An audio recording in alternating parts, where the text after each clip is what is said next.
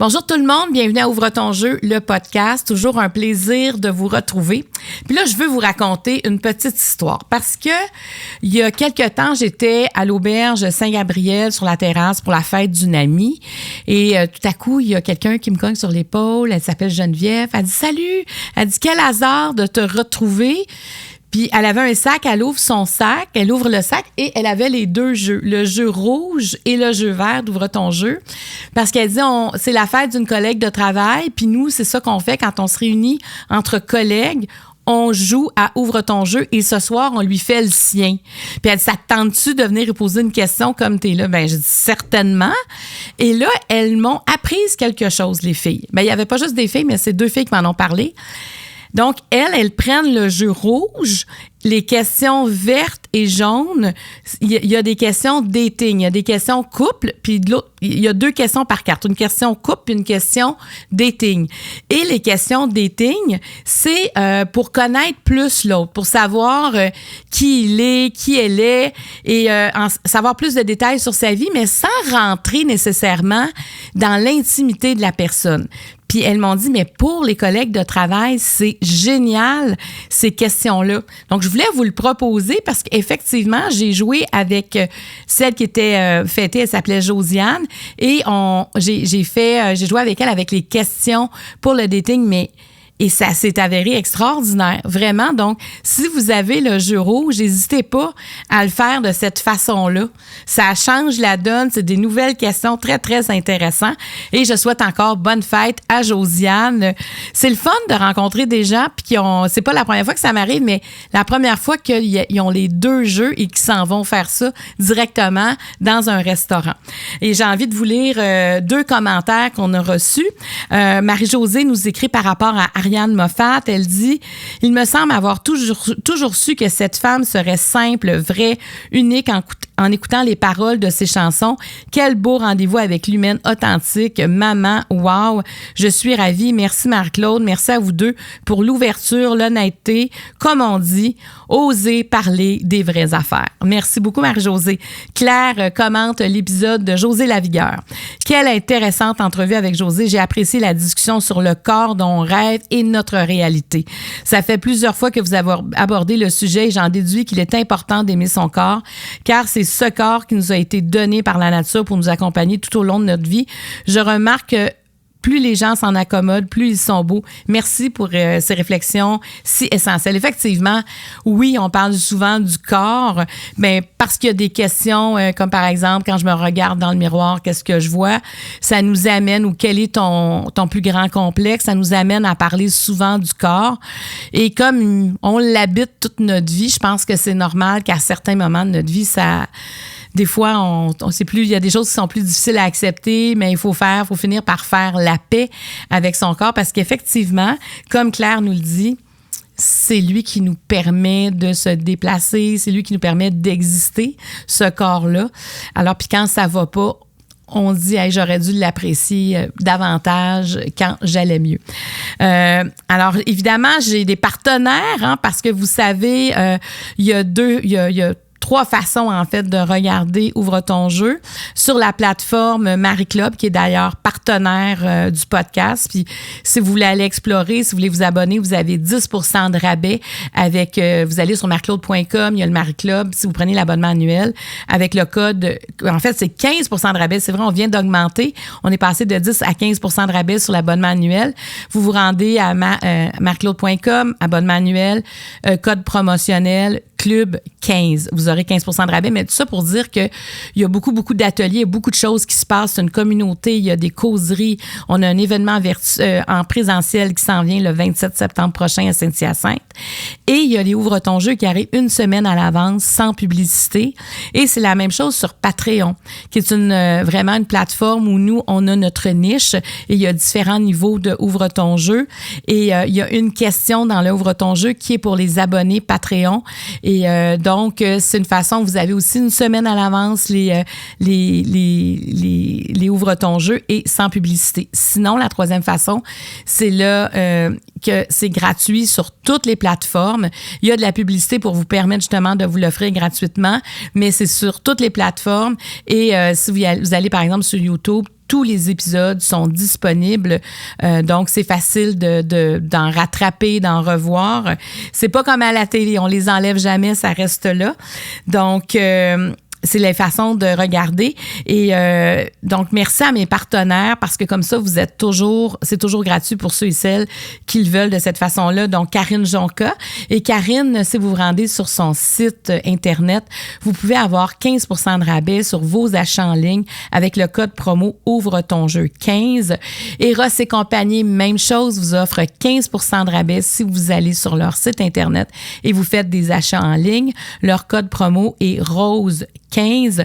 Optoréseau, qui est un partenaire d'Ouvre ton jeu depuis déjà plusieurs mois, eh bien, eux, ils vous rappellent qu'ils ont 86 cliniques indépendantes à travers le Québec. Et vous voyez bien, là, le regroupement s'appelle Optoréseau et vous voyez très bien le nom habituellement dans leur vitrine ou encore si vous allez sur le site Internet, vous allez voir l'ensemble des cliniques qu'ils ont à travers le Québec. Donc, pour examen de la vue, verre de contact, monture, ils sont là pour vous. Et évidemment, mon équipe dont je ne peux me passer, Caroline Dionne à la coordination, David Bourgeois à la mise en ligne, Jonathan Fréchette, création numérique, Maëlle Ledvin à la captation et Jérémy Boucher aux réseaux sociaux. Aujourd'hui, c'est une invitée que j'ai connue pratiquement dès mes débuts en télé. Je la connaissais de la télé, mais je la connaissais pas personnellement. J'ai travaillé avec elle à 2 filles le matin parce qu'une année, nous étions 4 filles à 2 filles le matin et c'était une des 4, c'était Kim Rosk. Donc, je suis très, très contente de la recevoir. Kim, c'est une fille qui est spontanée, qui est quand même aussi impulsive, qui suit son instinct. C'est quelqu'un qui a un caractère qui est très fort, qui est très généreuse, qui est vraiment, je trouve, c'est une fille du public. C'est une fille qui aime le monde. Puis de la voir en télé, de la voir à la radio, de la voir sur les réseaux sociaux, j'aime la suivre, j'aime l'entendre, j'aime l'écouter. Ça fait longtemps que je l'ai pas vue. J'ai hâte de savoir comment elle va. Et je sais aussi que vous l'aimez beaucoup. Et j'ai hâte de l'entendre. Je pense qu'on va en apprendre avec elle sur la vie, sur sa vie, sur accompagner aussi sur l'accompagnement d'un parent. Il y a beaucoup de choses à apprendre d'elle. Donc, je laisse toute la place à partir de maintenant à mon amie Kim Rosk. Je suis beaucoup dans le déni. J'ose pas aller là parce que je me dis que quand ça va être ça, j'aurai pas le choix d'être là. Fait que j'appréhende pas. On est encore une fois en mode solution. Mais à un moment donné, on va pogner un mur, là. Mais on s'en vient.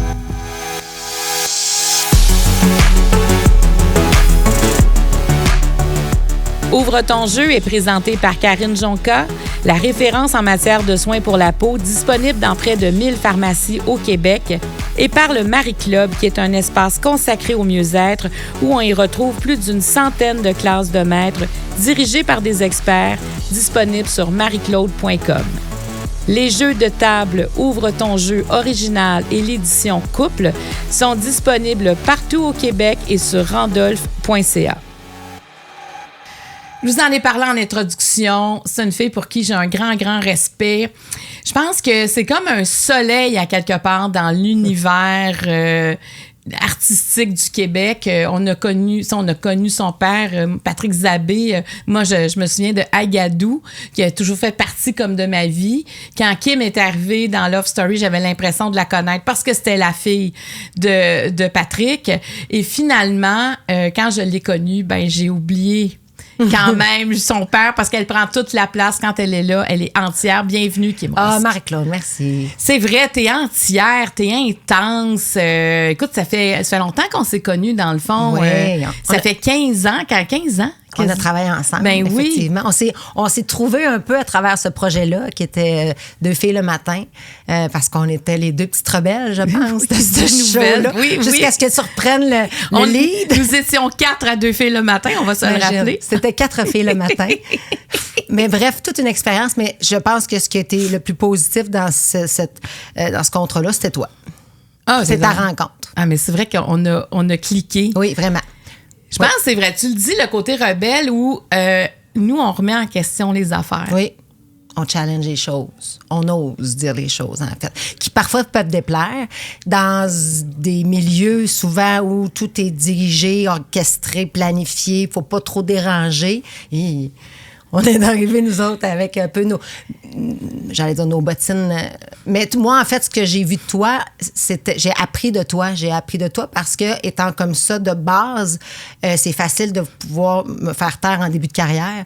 Mais quand je t'ai vue être une femme qui tient qui tient ses valeurs puis ses convictions puis qui les mène à terme, j'ai eu beaucoup d'admiration puis ça m'a même, je pense, inspiré à continuer à être comme ça et non pas m'écraser, en fait, me laisser écraser.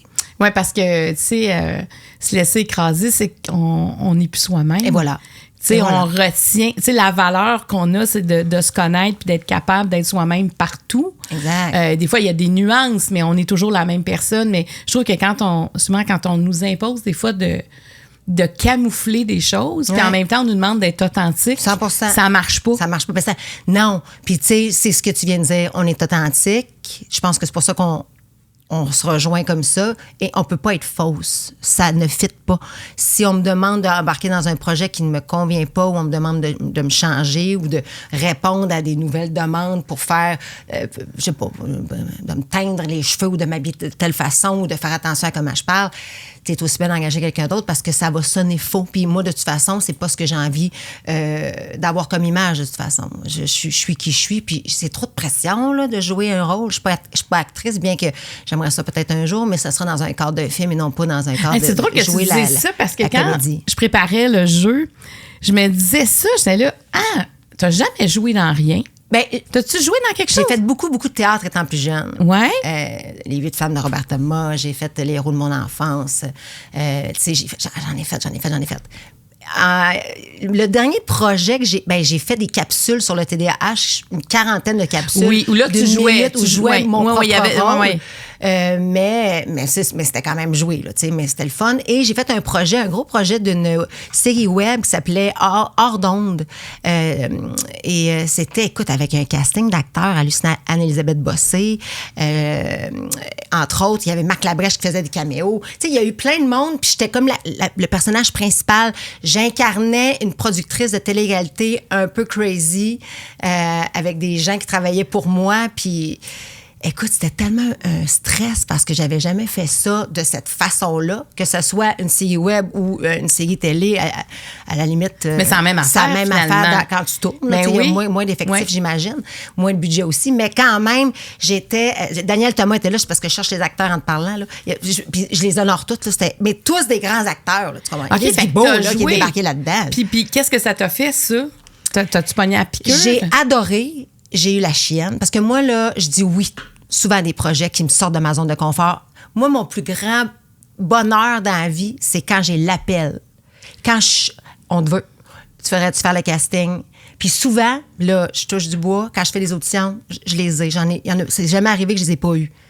Alors, je te dirais que quand j'ai l'appel, je suis de bonne humeur. J'aime ça, je suis comme, ça me craint, de la sérotonine, de la dopamine, peu importe. Mais là, après ça, je raccroche, il se passe 24 heures, je vais, mais pourquoi j'ai accepté ça? T'es bien conne. J'ai fait la première partie de Peter McLeod en tournée en humour. J'ai jamais fait d'humour de ma vie. J'ai fait 40 shows à travers le Québec.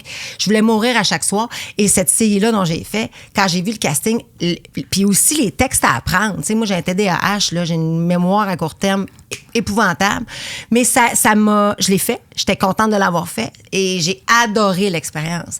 Et là, je pense qu'avec le temps et où je suis dans ma vie, je pense que un jour, si j'avais un projet, je n'aillerais pas ça. Ah, mais moi, je vais aller voir ça. Je ne l'ai pas vu, ça. Je veux te voir jouer. Ben écoute. J'étais jeune, là. Tu sais, je sortais du loft. Mais, OK, ça fait quand même quelques années. Oui. OK, admettons que t'es appelé pour faire un rôle sur Stat, par exemple. Il y a beaucoup de gens là, qui vont quelques épisodes, tu dis oui, tu fais ça. Là. Oui, je l'essaierais. Ah, wow! Absolument, j'aime ça. J'aime jouer, tu sais, puis c'est parce que c'est complètement autre chose, jouer. Tu sais, moi, je suis habituée d'animer. Oui. On parle, on est en mode représentation, alors que jouer, c'est tout doux, c'est tout le contraire. C'est feutré, faut pas parler fort, Fait que tu mets ta personnalité de côté. Ouais. Tu deviens ton personnage. Il y a comme une pause aussi, je trouve, là-dedans 100%, de soi-même. 100%, ouais. Bon, fait qu'on te souhaite de jouer. Ben oui. Puis tous les rôles que j'ai eus, c'était toujours des femmes leaders, la mère de la famille. Tu sais, je faisais Carabosse dans les héros de mon enfance, qui était l'espèce de sorcière sexy. Tu sais, j'étais jeune, j'étais en 3e année du primaire, on m'avait demandé d'incarner le sexe et la drogue. Là, tu sais, c'est comme, on dirait que j'étais prédestinée à être wild. Comprends-tu? J'étais en 3e année, je ne savais même pas c'était quoi, imagine. Tu sais, c'était comme des personnages là, qui tombaient dans des vices, mais qui finalement s'en ressortaient. Mais moi, j'avais le sexe et la drogue. Tu sais, pauvre petite moi. Pauvres parents. Ils devaient être fiers terribles. Ils vont voir la pièce de théâtre. Imagine! Je vais enlever mon bracelet parce qu'il me gosse, là. Parce qu'il arrête pas de... Excusez-moi. Voilà. C'est drôle parce que je trouve assez que tu ressembles à Ima. Tout le monde me dit ça. Écoute, je n'avais jamais remarqué avant. Aujourd'hui, tu me parles, puis on dirait que je suis comme un mélange des deux. Oui, mais c'est vrai. Il y a beaucoup de gens. C'est drôle parce qu'Ima et moi, on a sorti avec le même gars. Fait que clairement, lui, il aimait ce genre de pattern-là. Mais beaucoup de gens. Quand je suis arrivée à Montréal, puis j'habitais sur le plateau, Ima aussi. Ça arrivait fréquemment là, qu'à un moment donné, les gens se trompaient quand je suis allée prendre un verre à 5 à 7. Oui, on me l'a dit souvent. Ah oui, bien. Puis elle est fine, puis elle est bonne, puis elle est tellement pure. Elle est pas mal plus pure que moi. Es-tu prête à ouvrir ton jeu? Je suis tellement excitée d'être ici. Moi, t'as pas idée, là. Ah, c'est le fun. Niveau vert, c'est des questions d'ordre générique. Ouais. Le niveau jaune, on commence à être plus spécifique. Le niveau, attends, ça, c'est parce que les cartes aujourd'hui ont changé de couleur. Sont pas tout à fait la même couleur. Fait que le niveau rouge est devenu le niveau fuchsia. Ben, c'est beau.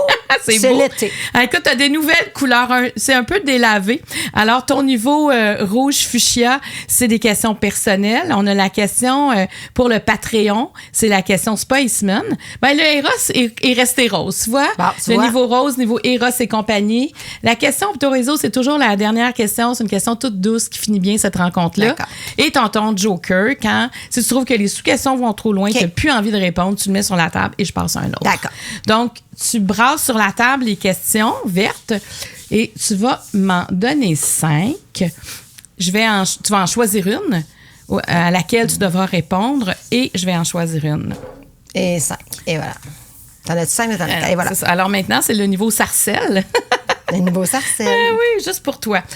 Comment réagis-tu à l'autorité? Eh bon, mon Dieu, vous les avez... OK, c'était déjà choisi, ces questions-là. Là. C'est ça, c'est pas le hasard, les questions. C'est-à-dire que des fois, je sais pas du tout les réponses, mais en fonction de la personne, oui. tu sais... C'est drôle, c'est comme déjà une analyse que tu fais. J'aime ça. T'aimes ça? Quel titre donnerais-tu au chapitre de ta vie actuelle? Quel sens donnes-tu au mot famille? Wow. Quand je me regarde dans le miroir, je vois. À quel moment as-tu senti que tu faisais la différence? Toutes d'excellentes questions. J'aime beaucoup ça ici. Donc, quand je me vois dans le miroir, je regarde. Puis, quand je me regarde dans le miroir, je vois parce que présentement, il y a quelque chose qui se passe que j'ai jamais vécu avant. Quel sens tu donnes à la famille, évidemment. Puis, je prendrais la différence. Mais c'est parce que t'en choisis une, puis j'en choisis une. Oh, excuse-moi, moi, je partais avec toi. J'étais en conflit d'autorité. Mais vas-y, mais si tu veux répondre aux autres, mais commence par une. Bon. Ben là, ce ne sera pas ma première d'abord. Je rechange votre jeu, je m'excuse, je vais prendre... À quel moment tu sentis que tu faisais la différence? Ouais. Ben, en fait, c'est à travers mon travail, qui pour moi est une passion. C'est incroyable parce que... tu sais, on fait de la radio, tu as fait de la radio pendant des années, tu animes les shows, le podcast. Les gens t'écrivent, te parlent. On aime ce qu'on fait, on est privilégiés parce que c'est pas du travail. Il y a des gens qui travaillent le matin, ils se lèvent, ils vont travailler. Tu sais, c'est pas nécessairement ce qu'ils auraient souhaité faire. En tout cas, dans ton cas, dans mon cas, je pense que c'est ça ce on s'était fixé comme objectif. Mais de sentir que ce qu'on fait du bien. Et dernièrement, c'est incroyable. Je te dirais depuis les 2 dernières années, mais principalement depuis les 6 derniers mois. C'est avec une nouvelle émission que j'animais, parce que je ne l'anime plus maintenant, à la radio, qui s'appelait Les Démons du Midi. C'est incroyable, parce qu'on osait aller dans des sujets qui étaient beaucoup plus tabous, des sujets dans les non-dits, dans les choses qu'on ne parle pas dans les radios commerciales normalement. Des sujets très variés. Puis oui, un peu de sexualité, mais on allait sur tout, là. Sur des problèmes de consommation, sur l'infidélité, sur j'aime pas mes enfants, j'aurais jamais dû être parent. Tu sais, des questions. Et c'est incroyable comment les gens ont réagi à ce show-là. C'est incroyable à quel point, quand le show finissait, je me disais souvent, Christy, que le monde va pas bien. Ça me fait de la peine. Je sortais à la fois vidé de tristesse, d'émotion, à la fois rempli de sentir qu'on faisait une différence parce que les gens nous en parlaient puis nous disaient c'est la première fois que j'ose dire ça. Alors, j'ai vraiment compris que notre travail, autant le mien, le tien, que ceux et celles qui travaillent dans ce qu'on fait, qui font le même job que nous, parfois peut faire une énorme différence. Ouais. Mais ça libère la parole, ça ouvre sur quelque chose, puis de sentir qu'on n'est pas seul, ça change tout. Oui, puis qu'on n'est pas... Moi, je ne juge pas. Moi, dans la vie, là, je peux juger des niaiseries, là, mais quand il est question de ton parcours de vie, de tes choix, de ta personnalité, de ta vie, je ne juge pas. Au contraire, je vais te questionner pour comprendre pourquoi. Parce que je trouve que tout est cause à effet dans la vie. Je l'ai réalisé avec le temps. Fait que je fais attention beaucoup au jugement et je pense que ça se ressent. Donc, je pense que les gens se livrent. Et je me livre aussi beaucoup à travers les podcasts, à travers la radio. Puis il y a des gens que ça peut gosser, mais je me dis tout le temps, si ça aide 1 ou 2, 3 personnes dans la vie, écoute, moi, ma job est faite. Et je l'ai constaté au fil des dernières années. Parce qu'ils ne se sentaient pas jugés. Mais qu'ils ne se sentent pas jugés, puis que je peux être en fait, très directe aussi. Tu sais, ça m'est arrivé des fois de pas de remettre quelqu'un à sa place à la radio, mais au contraire de l'inviter à faire des décisions différentes. Tu sais, j'osais challenger beaucoup à la radio certains de nos auditeurs et auditrices qui appelaient pour livrer leur témoignage, mais qui avaient aussi peut-être besoin d'entendre quelqu'un leur dire pas ce qu'ils avaient le goût d'entendre. Fait que je te le dis, puis parce que je reçois des témoignages à l'infini depuis que cette émission-là, on a appris qu'elle ne revenait pas. C'est fou. Des lettres de tristesse. Et pourquoi tu penses que ça ne revient pas? Ah, ben c'est des questions financières. C'est des questions financières parce que ça aide le monde, tu comprends? Oui. Parce qu'on enlève toutes ces émissions-là. C'est comme l'émission qu'on anime ensemble, Le Fille le matin ou Martha. Je veux dire, c'était ça aussi l'objectif. C'était complètement ça. C'était pas de jugement, pas de tabou. On parle de tout, on aborde ça sous tous les angles. Il y a des gens qui viennent en parler, des spécialistes. Mais après ça, on a tous les témoignages. On voit à quel point les gens se comprennent mieux. Oui. Ils viennent chercher des réponses des fois ou des choses qu'ils ne comprenaient pas tout d'un coup. OK. Ils comprennent mieux les autres aussi. Ouais. Et c'est dommage parce que ce genre d'émission-là, il n'y en aura plus, tu sais. Bien, je pense qu'elle aurait pu continuer dans d'autres circonstances, disons, salariales. Mais, tu sais, à un moment donné, ça revient à ce que je te disais au début, il faut se tenir debout. Oui. Tu comprends? Tenu debout. Moi, je me tiens debout dans la vie. Je connais ma valeur et je comprends. Et je suis aussi une femme d'affaires qui comprend. Donc, on part en bon terme. Est-ce que ça reviendra un jour? C'est pas visé contre moi, ces départs-là. Là. C'est une décision d'entreprise de devoir faire des coupures. Puis je comprends. Puis... je continue à travailler, là. Je vais continuer à travailler, là. Il n'y a pas 44 compagnies au monde, là, en radio ou en télé aussi. Fait qu'il va y avoir autre chose, là. Je suis pas inquiète. Mais c'est sûr que c'était une émission, Les Démons du midi, que j'adorais animer avec Joanie, qui, elle, poursuit d'ailleurs à la radio où j'étais et qui va faire une super job. Mais c'est sûr que ce show-là, j'ai senti qu'il y avait un réel besoin de ce genre de propos-là. Puis effectivement, il y en a de moins en moins. Mais les podcasts apportent ça parce qu'en radio commerciale, on n'ose pas trop. Il y a des commanditaires, il faut faire attention. Oui, puis tu sais pas qui va appeler non plus. Tu sais, des fois, les lignes ouvertes. Oui, exactement. T'as beau les filtrer, mais des fois, ça peut... mais il reste... Oui, les podcasts sont beaucoup dans ça. Oui. C'est parce que les gens choisissent d'écouter le podcast. À la radio, tu sais, t'es chez le dentiste, t'es à l'épicerie. Mais il reste que tu vois, t'as vu que tu pouvais faire la différence. 100%. Mais tu sais, les lignes ouvertes, il y avait beaucoup ça avant. Ouais. Il y en a encore, mais moi, j'adore les lignes ouvertes aussi. J'adore les lignes ouvertes. 100%. Puis je réalise aussi avec le temps que j'aime l'humain. Tu sais, en fait, je pense que dans ma vingtaine, j'étais plus centrée sur ma vie parce que ça allait tellement vite, l'offre, après ça, la carrière. J'ai toujours aimé les gens, là. J'ai toujours été très tournée. Mes amis avaient de la peine. J'ai toujours été là, beaucoup présente pour mes parents aussi, dans des situations très précises de leur vie. Mais en vieillissant, j'ai l'impression que je suis plus tournée vers les autres. Je questionne plus, je vais plus loin, je creuse plus loin, j'ose aller plus loin dans ce que les gens vivent. Autant mes proches que... C'est parce que tu es capable d'en prendre? Oui, beaucoup. Oui, puis je suis fascinée par l'humain, puis en même temps... dans le cadre où on est présentement, dans l'ère où on est, qui est extrêmement difficile, anxiogènes, je pense que c'est important de se tourner vers notre cœur, tu sais. Fait que j'aime ça, gratter là, j'aime ça comprendre. Puis peut-être que ce soit un projet parallèle, tu sais. Il n'y a rien qui m'en empêche. Mais ça, est-ce que ça a ouvert une porte, faire les démons? Est-ce que oui. t'as touché à quelque chose, t'as goûté à quelque chose que t'as envie de revoir dans ta vie? Mais la proximité des gens, en fait, c'est ça. Tu sais, on animait Deux filles le matin, tu l'as dit, on était là-dedans, mais on était beaucoup dans les thèmes. Il y avait des spécialistes, tout ça. Là, je laissais les gens parler. Ouais. Tu sais, ça fait du bien de faire 2 heures de podcast avec Marc-Claude Barrette. Là. On a l'impression qu'on est chez la psy. Ça serait le fun que tout le monde ait accès à ces 2 heures-là avec toi, tu comprends-tu? Fait que je pense que les gens ont besoin de parler et je suis pas une psychologue, je suis pas une thérapeute, je me donne 0 ce crédit-là, mais j'ai de l'écoute. Mm-hmm. J'ai de l'écoute.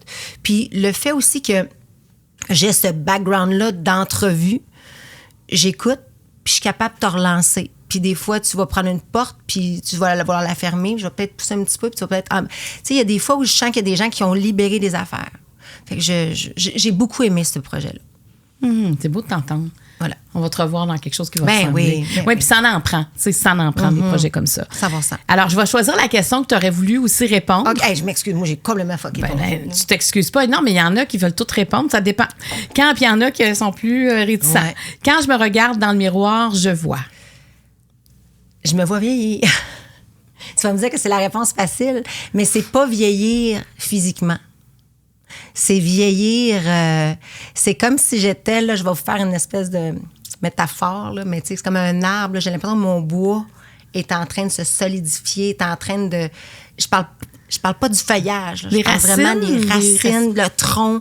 Je suis plus solide, je sais plus ce que je veux. Je me regarde dans le miroir, puis je suis bien moins en questionnement. Je suis bien plus dans le lâcher prise. Hey, il arrivera ce qui arrivera. Et j'aime ça. Je peux pas dire que j'ai eu 40 ans l'année passée, j'ai 41, puis j'avais hâte d'avoir 40. J'avais hâte de tomber dans cette décennie-là, parce que je trouve que les femmes à 40 ans, puis en vieillissant, c'est hot. Mais hey, je suis tellement tombée de haut, là, à partir de 40. 39, une des plus belles années de ma vie, 40. Pion! Pour différentes raisons.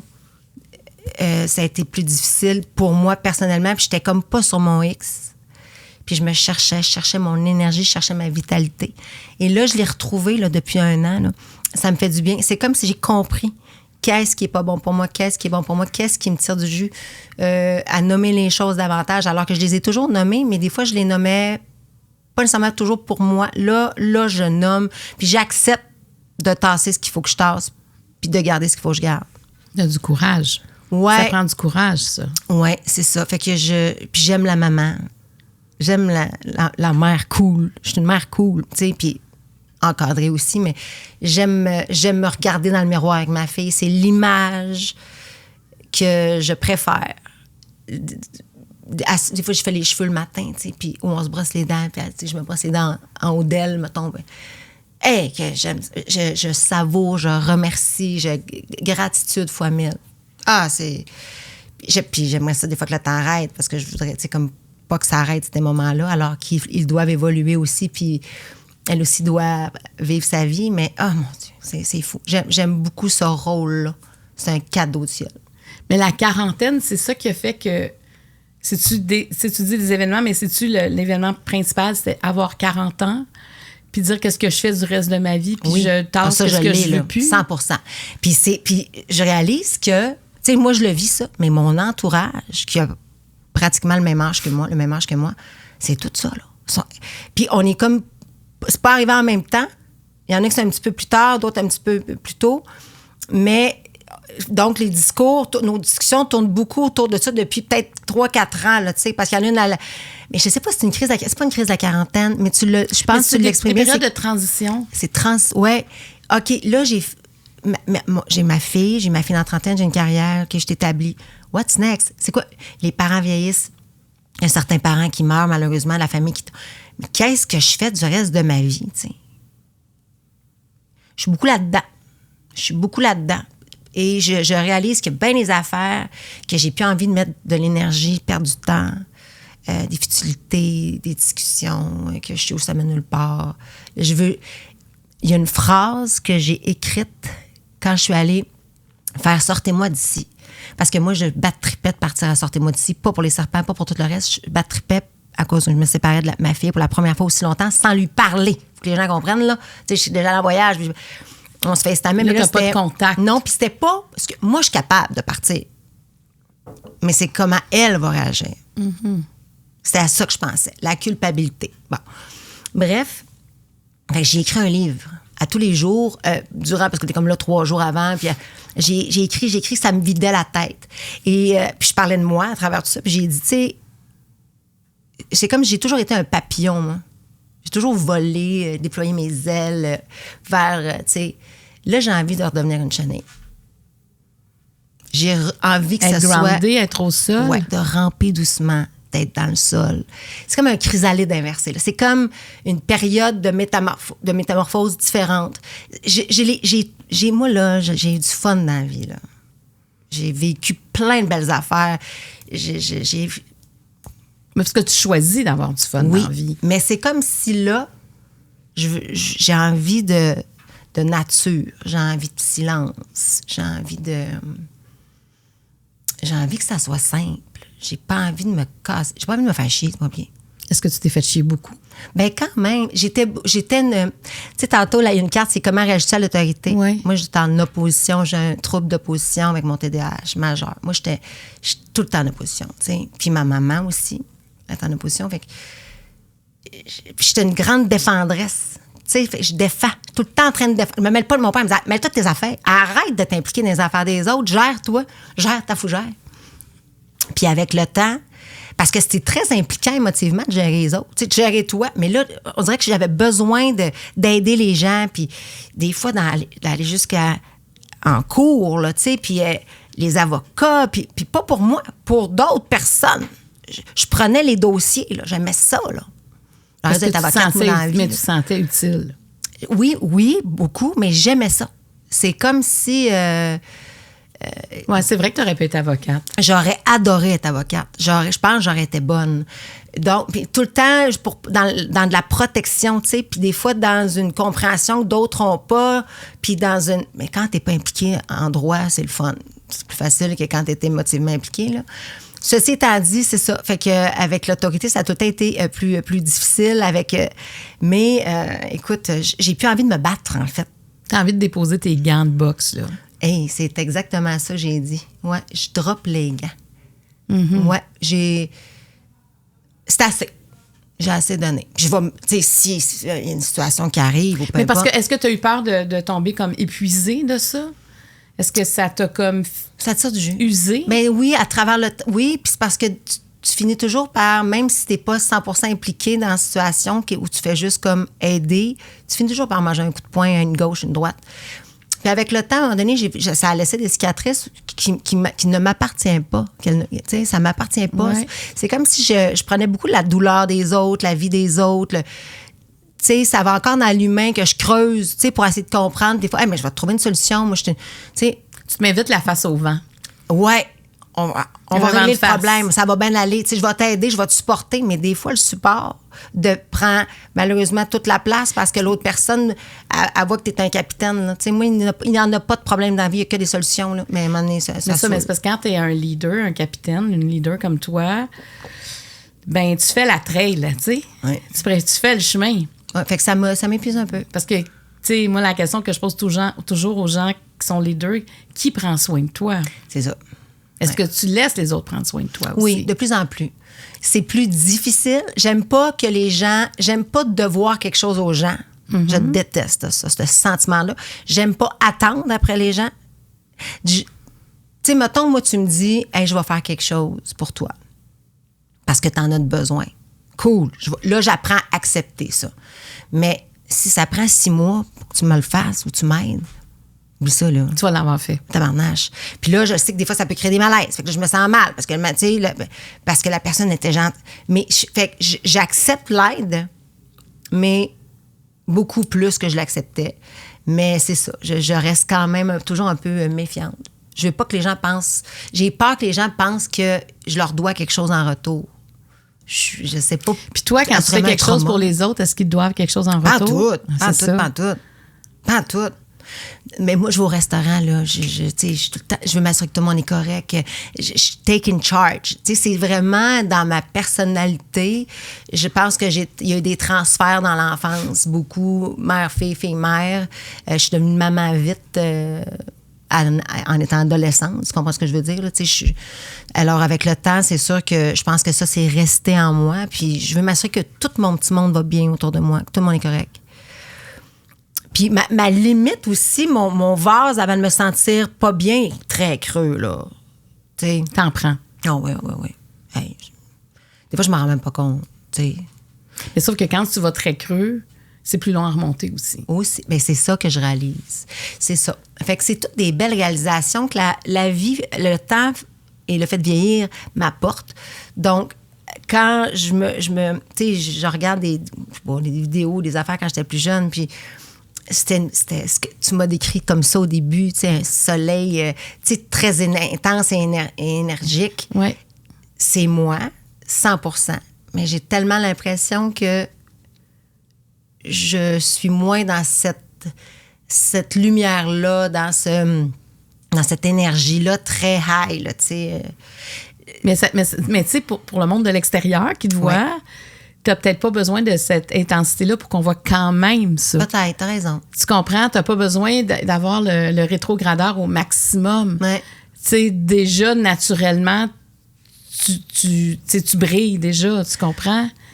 Parce que t'es intense, oui, là. Oui, je comprends. C'est dans ma gestuelle, ma façon de parler. C'est ça. Mon look aussi, tu sais. Mais ta personnalité de base. De base, 100%. Elle est déjà brillante, là. Bien, je viens de parents qui s'exprimaient, qui nommaient, qui chantaient, qui dansaient, tu sais, je viens d'un milieu d'artistes, là, tu sais, donc c'est sûr que ça... Mais en même temps, mon frère vient de ce milieu-là aussi, puis il est plus réservé. Fait que assurément que c'est dans moi. J'étais destinée à ça. Mais je t'écoute, puis tu sais, je pense que moi, c'est peut-être à 35, 40, je me souviens plus trop quel âge exactement, mais j'ai eu l'impression que, tu sais, comme j'ai déménagé souvent, tout ça, que j'ai dû tout le temps m'adapter, mais qu'un jour, j'ai changé.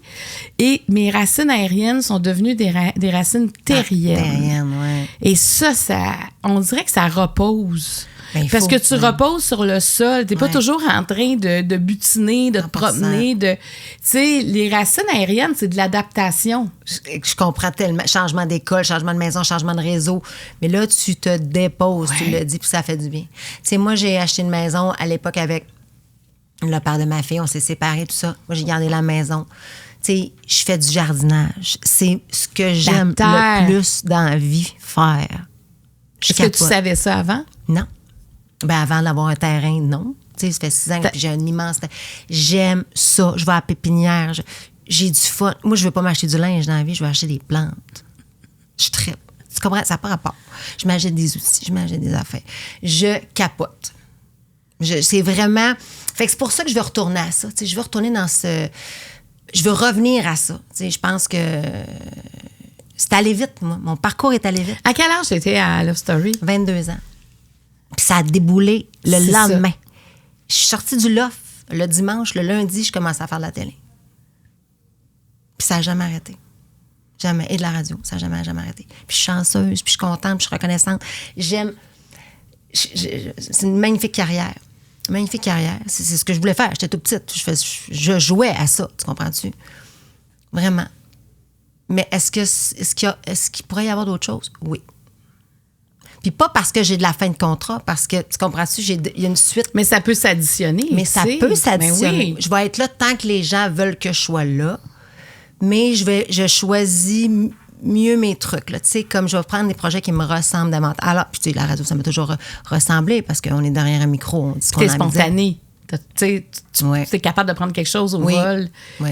Puis ça va marcher. Oui, parce qu'il faut être libre pour faire de la radio. 100%. Il faut être libre, spontané. Justement, comme disait, pas de jugement. Tu prends ce qu'il y a, puis tu fais... Tu sais, tout peut arriver. Tu es en direct tout le temps. Oui. Mais moi, je suis une bonne sidekick. Tu sais, moi, j'aime pas être capitaine d'un show de radio. Moi, les timings, ça ne m'intéresse pas. Tout ça, là, toute la gestion. En fait, c'est que tu n'es jamais concentré. Moi, c'est drôle parce que quand les gens nous appelaient, Joanie et moi, tu sais, Joanie, elle était la capitaine. Puis moi, on m'avait demandé que ça soit moi. J'ai dit non. Moi, je ne veux jamais être capitaine d'un show de radio. Moi, je suis sidekick.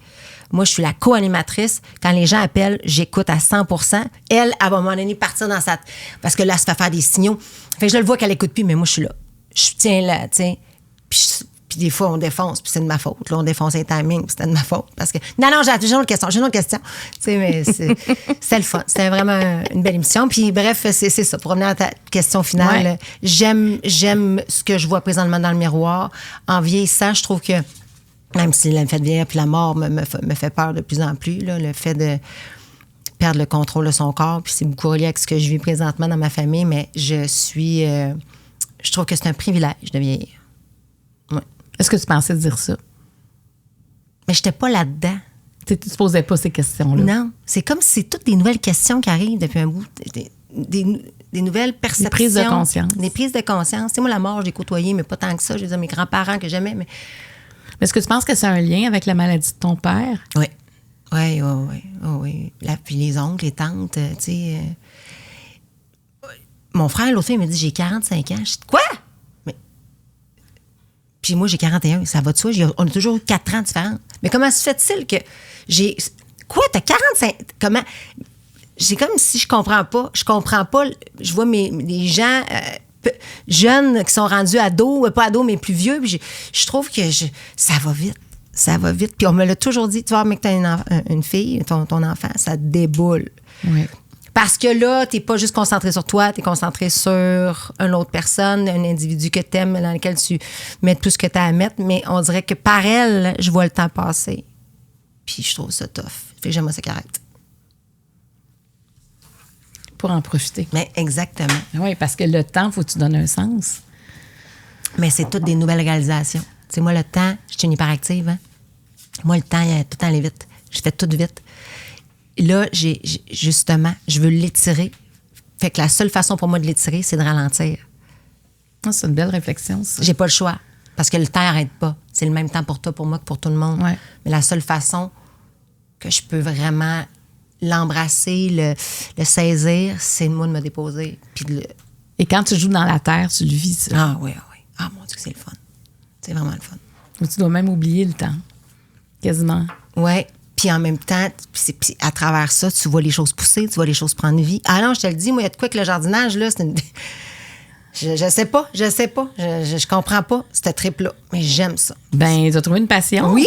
Moi, je t'écoute, là, je vois une passionnée, là. Ah ouais. Tu sais, quand tu as dit j'achète des outils, c'est parce que, tu sais, les passions, c'est un investissement, tu sais, parce que tu peux aimer plein d'affaires, mais quand tu trouves ta passion, ben là, tu vas vouloir avoir le bon équipement, parler avec d'autres qui ont la même passion que toi, essayer des affaires, puis tu vois pas le temps passer. Ouais. Tu sais, c'est ça la passion, c'est que ça t'amène dans une zone. Ben oui. Tu vois, les gens qui courent, ils vont se connaître, ceux qui font du vélo. Tellement. Ils vont avoir un vélo qui est performant. Ils vont, tu vois ça, mais c'est beau, les passions. Ouais. Puis on a besoin d'avoir des passions. Je pense que j'en avais pas. J'ai toujours eu des passions pour la musique, mais j'avais pas de passion. Ben, tu t'engageais pas dans ta passion. Non, c'est ça. Là, tu t'es comme engagé. Ouais. T'as un investissement en temps, en argent. Oui.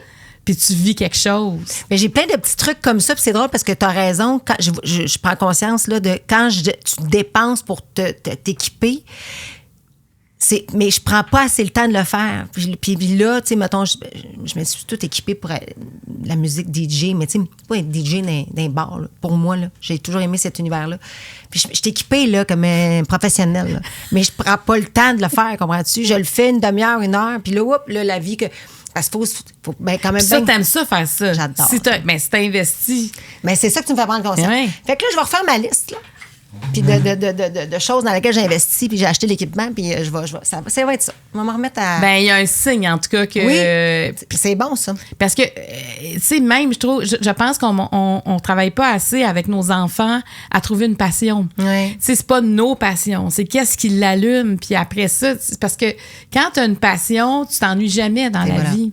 Ma passion, c'était mon travail. Moi, c'est de faire de la radio, ma passion. Ah, c'est ça. Pour ça, je travaille pas, moi, dans la vie. Là. Je suis passionnée de ce que je fais. Mais là, j'ai besoin de me stimuler autrement. Pour t'équilibrer davantage. Oui, exactement. Niveau jaune. Niveau jaune. Tu m'en donnes 4 questions. Tu devras répondre à une et je vais t'en poser une autre aussi. Okay. Alors, voici les 4 questions niveau jaune. Quelle est ta définition du TDAH? Quel trait de caractère as-tu hérité de ton père? Oh! qu'est-ce que la maternité t'a apprise? Puis qu'est-ce que tu n'as pas reçu de tes parents et qui t'a manqué? Oh mon Dieu, les grosses questions.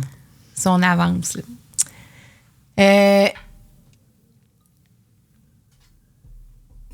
Je vais y aller avec le trait de caractère de mon papa.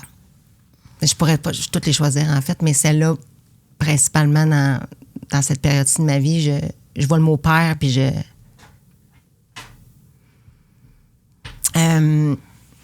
envie de dire...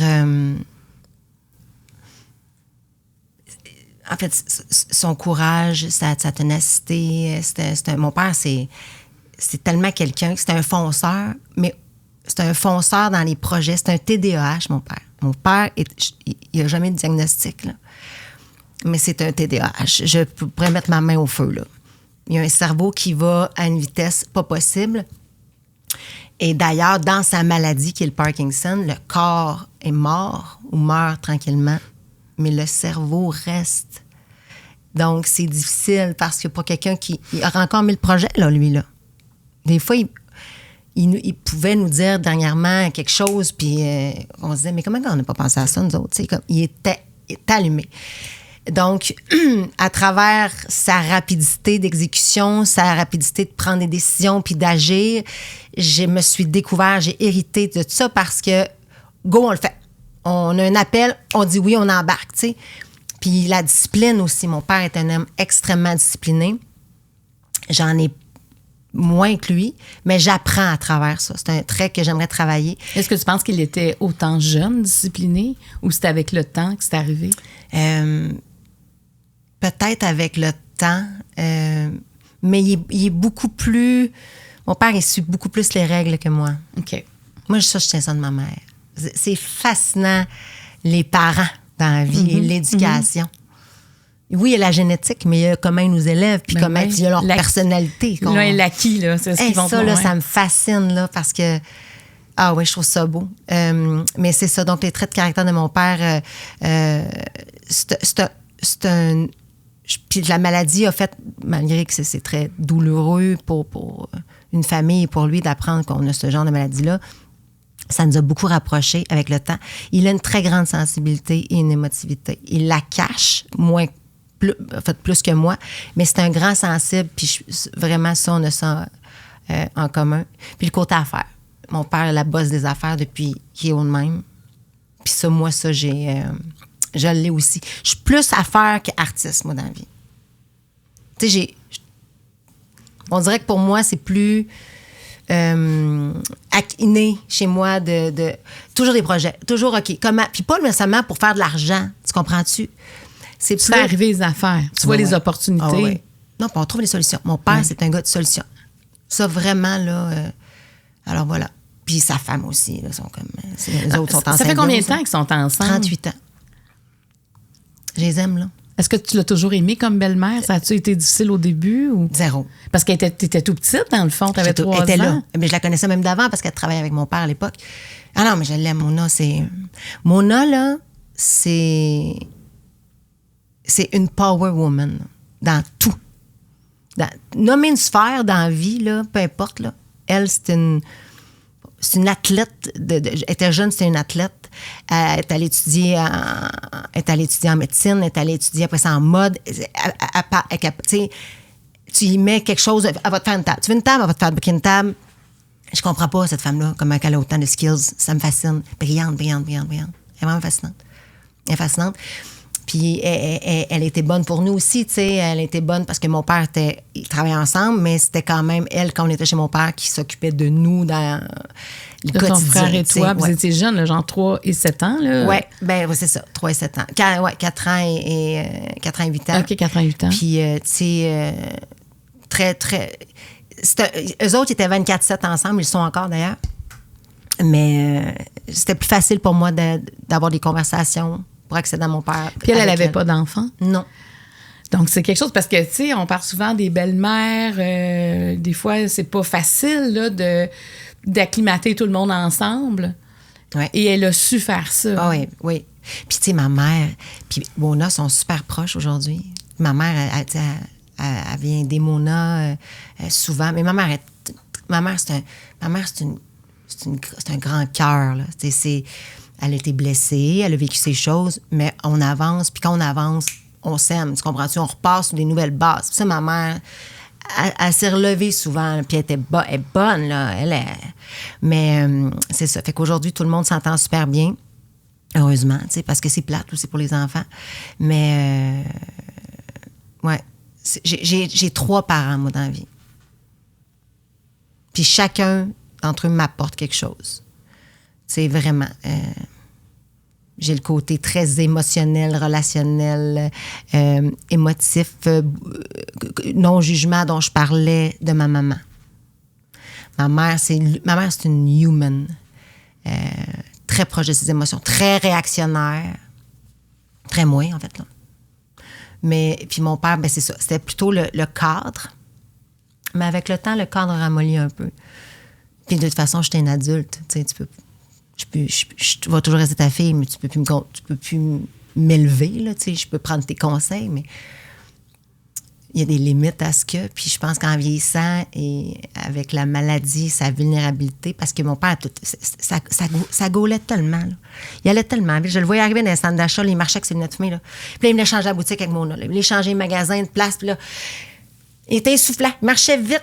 Ça, les habits de jeans. Les habits de jeans, puis ah ouais, puis là, il y a des projets, puis on fait, OK, on lance une nouvelle campagne, puis il faisait ses pubs, puis des tournages, puis c'était fascinant. Des employés, puis tous les employés, écoute, des fois, je reçois des messages, j'ai travaillé pour ton père pendant 20 ans, c'est la meilleure école que j'aurais pas pu avoir. Les gens sont tellement admiratifs et contemplatifs de Mona et mon père, comment il a été comme entrepreneur, puis comment il a été comme employeur, en fait. Je trouve ça beau parce que je suis comme, tu sais, moi, mon père, il me tombait ses nerfs quand j'étais petite, comme n'importe quel ado avec ses parents, mais je vois à quel point les gens. Parce qu'il était très strict. Mon père, c'était ça, là, tu sais, ses yeux, là, quand il me regardait, là. Mais ça m'a aidé. Moi, j'aime cette grande liberté-là, avec des limites. Et de lire les témoignages, d'entendre les témoignages, qu'est-ce que ça change quand tu regardes ton père? Bien, tu sais, moi, j'ai écrit le livre de mon père. Oui, tu te rappelles, je t'allais t'en parler. Oui. Moi, quand j'ai découvert ce que mon père était, parce que je le savais pas. Moi, mon père, quand j'ai pris conscience de l'artiste qu'il était, à l'école, j'étais comme un has-been, là. C'était un has-been, là. C'était comme un vieux chanteur des années 60, là, tu sais, qui fait des tunes à fureur une fois de temps en temps, puis... c'était comme Kéten, à la limite à Gadou, là, tu sais. Mais avec le temps, quand j'ai commencé à fouiller dans ses archives puis voir ses affaires, mais j'ai dit, mais t'étais une superstar, papa. Puis moi, je voulais rendre hommage à ça. Je voulais qu'on comprenne ça, tu sais. C'était un très grand artiste, là, tu sais. On parle de Marie-Mé, puis d'Roxane Bruno, puis on parle des artistes au Québec. C'était ça, x2, là. Ben oui. x3 même. Il y en avait moins. Ben il y en avait moins, puis il allait chanter à la télé. Puis une fois tu sais, la force, c'est qu'il faisait une fois une chanson, puis c'était une star le lendemain. Oui. Puis il y en avait en tabarouette. Puis le monde allait acheter des disques, ben là. Oui, puis des tournées, puis des spectacles, puis tu sais, il y avait des boutiques qui commençaient. Bref, c'est ça. Fait que ça a été... Ouais, c'est vraiment un personnage. Mon père, j'ai toujours beaucoup d'admiration pour lui, mais j'avais besoin d'y rendre, de faire comprendre aux gens qui il était. Puis en faisant ce travail-là d'écriture, de corroborer avec des gens qui me témoignaient, qui me parlaient de lui, je disais, mais je le connais pas. En fait, j'aurais aimé ça le connaître. Mettons, avoir eu 30 ans quand il y en avait 50. Ou tu sais, comme j'aurais aimé... Ou, mettons, avoir eu 20 ans quand il y en avait 30 pour voir, être témoin de ça. Puis mon plus grand regret dans la vie, puis c'est à elle que j'ai dédié le livre, ma fille Billy, c'est que j'aurais aimé ça qu'elle connaisse son grand-père vraiment plus que ça. J'aurais aimé ça qu'elle voit le papy jouer avec, parce que même s'il était très occupé, on avait des moments, des souvenirs très précis dans ma tête de mon père qui venait nous endormir, puis là, il marchait à terre, puis là, il cognait pour nous faire peur, là, puis je vais aller dans la chambre à JP, mon frère, puis là, on avait peur. Tu sais, j'ai des beaux moments au chalet. J'aurais aimé ça qu'elle connaisse ça. J'aurais aimé ça qu'elle... Colin, que c'est poche. Tu sais, la vie, c'est ça. Alors, mais elle le connaît, elle le voit, ça lui apprend qu'est-ce que c'est la vie aussi, mais tu sais... Est-ce qu'il a toujours été malade depuis la naissance de Billy? Oui. Au début, parce que c'est une maladie qui est dégénérative, tu sais, c'est comme des phases. Mm-hmm. Fait que, au début, il était moins malade. Comment tu as pris le diagnostic? Comment je l'ai pris? Oui, comment tu as reçu ce diagnostic? C'était après le loft. J'ai capoté. Je me rappelle, ça y a pris 1 an avant de nous le dire. Il n'osait pas nous le dire parce que je pense qu'il avait besoin de le computer, excuse-moi le terme, là, mais de l'absorber, ouais. de l'accepter exactement. Puis j'ai réagi fort parce que je connaissais pas ça. Puis c'était tout le temps, ouais, mais on a du temps devant nous autres. Ça va bien aller, on a du temps. Oui, parce que c'est pas une mort imminente. C'est pas ça. Non, mon père a 83 ans aujourd'hui. Il fait pas de cholestérol. Il y a des organes. S'il n'y avait pas le Parkinson, là, aïe, aïe, aïe. Aïe, on aurait tout qu'un... Mais il l'a appris relativement jeune. Oui, ça fait 15 ans, le Parkinson, qu'il a appris, à peu près, oui. Fait que c'est ça. Fait que c'est une maladie qui est dégénérative, puis qui est tellement... Parce qu'il était hyperactif, tu sais, comme c'est un joueur de hockey, il s'entraînait, il faisait du sport, les magasins, ah ouais, lui, il comptait pas ses heures. Donc, d'être condamné dans ce physique-là. Puis c'est un chanteur. Il s'est fait opérer pour le cou. Il est parti en tournée avec les idoles à travers le Québec. Mona, il avait fait il y avait un truc pour le cou, là. Il avait tout mis ça noir parce qu'il était bien, stylé, là, tout bien arrangé. Mais je me dis qu'avec une canne sur le stage qu'il avait mis, là, comme en léopard, pour qu'il ça me fascine. Jusqu'à ce qu'il puisse plus être capable de le faire, il l'a fait. Parce que ça le mettait en vie aussi, tu sais. Puis voilà, fait que c'est tout que... C'est ça. C'est pas facile... c'est pas facile de voir quelqu'un que t'aimes autant être dans cette condition-là parce qu'il n'a pas envie de partir. Il est tout là. Mais en même temps, là, est-ce qu'il arrive comme à la fin de la maladie? Tu meurs pas du Parkinson. Tu meurs pas du Parkinson. Tu vas mourir de d'autres conditions de par... le fait que tu es alité longtemps, de par... Est-ce qu'à un moment donné, il n'y a pas un problème d'alimentation? Il peut avoir aussi? Effectivement un problème, oui. De déglutation. De déglutation. Oui. C'est tout ça. Oui. C'est les effets secondaires de la maladie. C'est ce que je veux dire. C'est les effets collatéraux, oui. si on veut, de la oui. maladie. Mais oui, c'est ça. Fait que... Puis c'est parce que je le comprends pas, le 15 ans qu'on vient de passer, tu comprends-tu? Je ramène beaucoup ça au temps depuis le début, là. Parce que le temps, il va vite, puis le temps, il enlève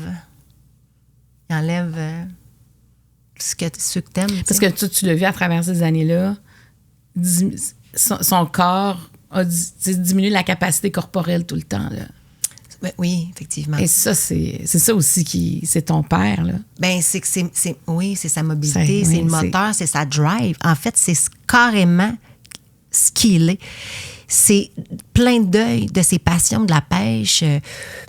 C'est vraiment sa drive. Là, si c'était un homme rapide qui a été condamné à la lenteur et à l'immobilité avec des fonctions cognitives qui existent encore. C'est tough. Fait que courage. En fait, ça, c'est pas ce que moi j'ai hérité parce que si j'ai la moitié de son courage, je vais en être fière parce qu'il est très courageux. Mais, courageux, c'est le terme pour le décrire le mieux. Mais je dirais que le trait de caractère qu'on a en lien, c'est vraiment la drive. Fonceur. On ose. Puis, tantôt, tu as commencé à dire j'ai 3 parents. Puis là, tu as dit ce que ta mère t'a apporté, ton père et Mona. Et Mona, bien, c'est ça. Donc, ma mère, c'est tout le côté humain. Mon père, c'est beaucoup tout, tu sais, justement, le côté fonceur. On avance dans la vie. On se place dans la vie. Tu sais. Puis Mona, ben Mona, c'est comme... Elle va jamais mal, Mona. Mona, elle est tout le temps de bonne humeur. Moi, je suis pas tout le temps de bonne humeur quand je me lève le matin, là. J'ai jamais vu ça, quelqu'un être aussi optimiste dans la vie. On va aller jusqu'au bout à chaque fois. Mon père marchait plus, il a recommencé à marcher. Elle l'a fait remarcher, il a réussi. J'ai jamais vu ça. Je dis, là, elle me fascine. Elle est tout le temps motivée. J'ai jamais vu mes parents chicaner. Mon père, Mona, je les ai jamais vus se chicaner en 38 ans. Jamais. Puis ils étaient 24/7 ensemble. C'est son homme, puis pas c'est pas ça, là, parce qu'ils se complètent, là, sont complémentaires. Là. Je te le dis, tu sais, elle l'admire tellement. En fait, il y a de l'admiration mutuelle, pas possible. Mon père ne serait pas mon père sans Mona, et Mona ne serait pas mon père. Mais Mona sans mon père. Je te dis 3 parents, mais c'est parce que eux autres, pour moi, c'est comme... C'est comme un. Ah non, puis c'est un Christy de gros morceau, là.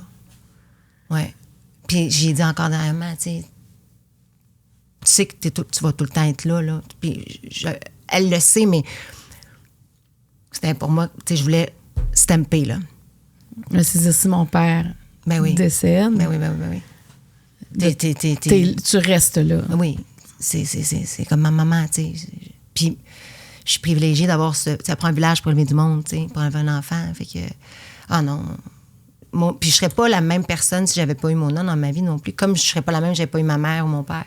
Mona, elle a vraiment elle a une importance et une incidence. Quel beau témoignage. Ah oui, je l'aime beaucoup. Je pense que ça va faire du bien à des belles mamans, tu sais, qui savent pas trop, Ouais. que c'est possible. Ben oui, c'est possible. Oui, puis il y a beaucoup de témoignages que, tu sais, il y a des frictions. Mais il y a des phases. Tu sais, moi, j'étais belle-maman d'une jeune fille, la sœur de ma fille, pendant 5 ans, Tiffany, que j'aime. Je la vois encore. Elle est chez nous présentement, là. Tu sais, je l'amène en voyage, Tiffany. Même je suis pas avec le père. Parce que tu as tissé un lien. Oui, puis la mère à Tiffany, on est des amis. Tu sais, on est passé à Saint-Jean-Baptiste ensemble, on s'appelle. C'est important. À un moment donné, là, faut lâcher ça, là. Tu comprends-tu? Puis pour nos enfants. Puis dernièrement, je le disais à mon ex, qui est le père de ma fille, tu sais, parce qu'on a eu une petite période plus houleuse il n'y a pas longtemps, un petit bout de temps déjà. Puis j'ai dit, tu sais, j'ai réalisé dans cette période-là où on fêtait, où j'ai droppé les gants. Contre qui je suis en train de me battre, là? Je me bats contre ma fille parce que c'est ma fille. Non. Et je lui ai promis que j'allais, à partir de ce moment-là, même si je suis plus amoureuse de lui, puis que je vais toujours protéger ce gars-là pour le restant de mes jours parce que c'est le père de mon enfant. Puis par ce cheminement-là, je protège mon enfant. Peu importe qui entre dans sa vie, peu importe qui entre dans ma vie ou dans la vie de Jessica, parce qu'on est vraiment un trio, nous aussi, là, by the way. C'est comme si on reproduit quelque chose différemment, les familles éclatées. C'est important. Puis j'invite vraiment les gens à... ça donne rien. Puis quand on accepte l'ego là, de drop, là, puis moi, je drop pas les gants dans la vie. Je me bats, là. Puis ça, il le savait, là. J'aurais pas lâché prise, mais j'ai fait contre qui? C'est qui mon adversaire? C'est un employeur que je m'en crisse, puis excusez-moi, là, puis je veux comme... Non, c'est le papa de mon enfant. Fait que toi, t'as dit, tu sais, c'est pas tout égal, là, ça.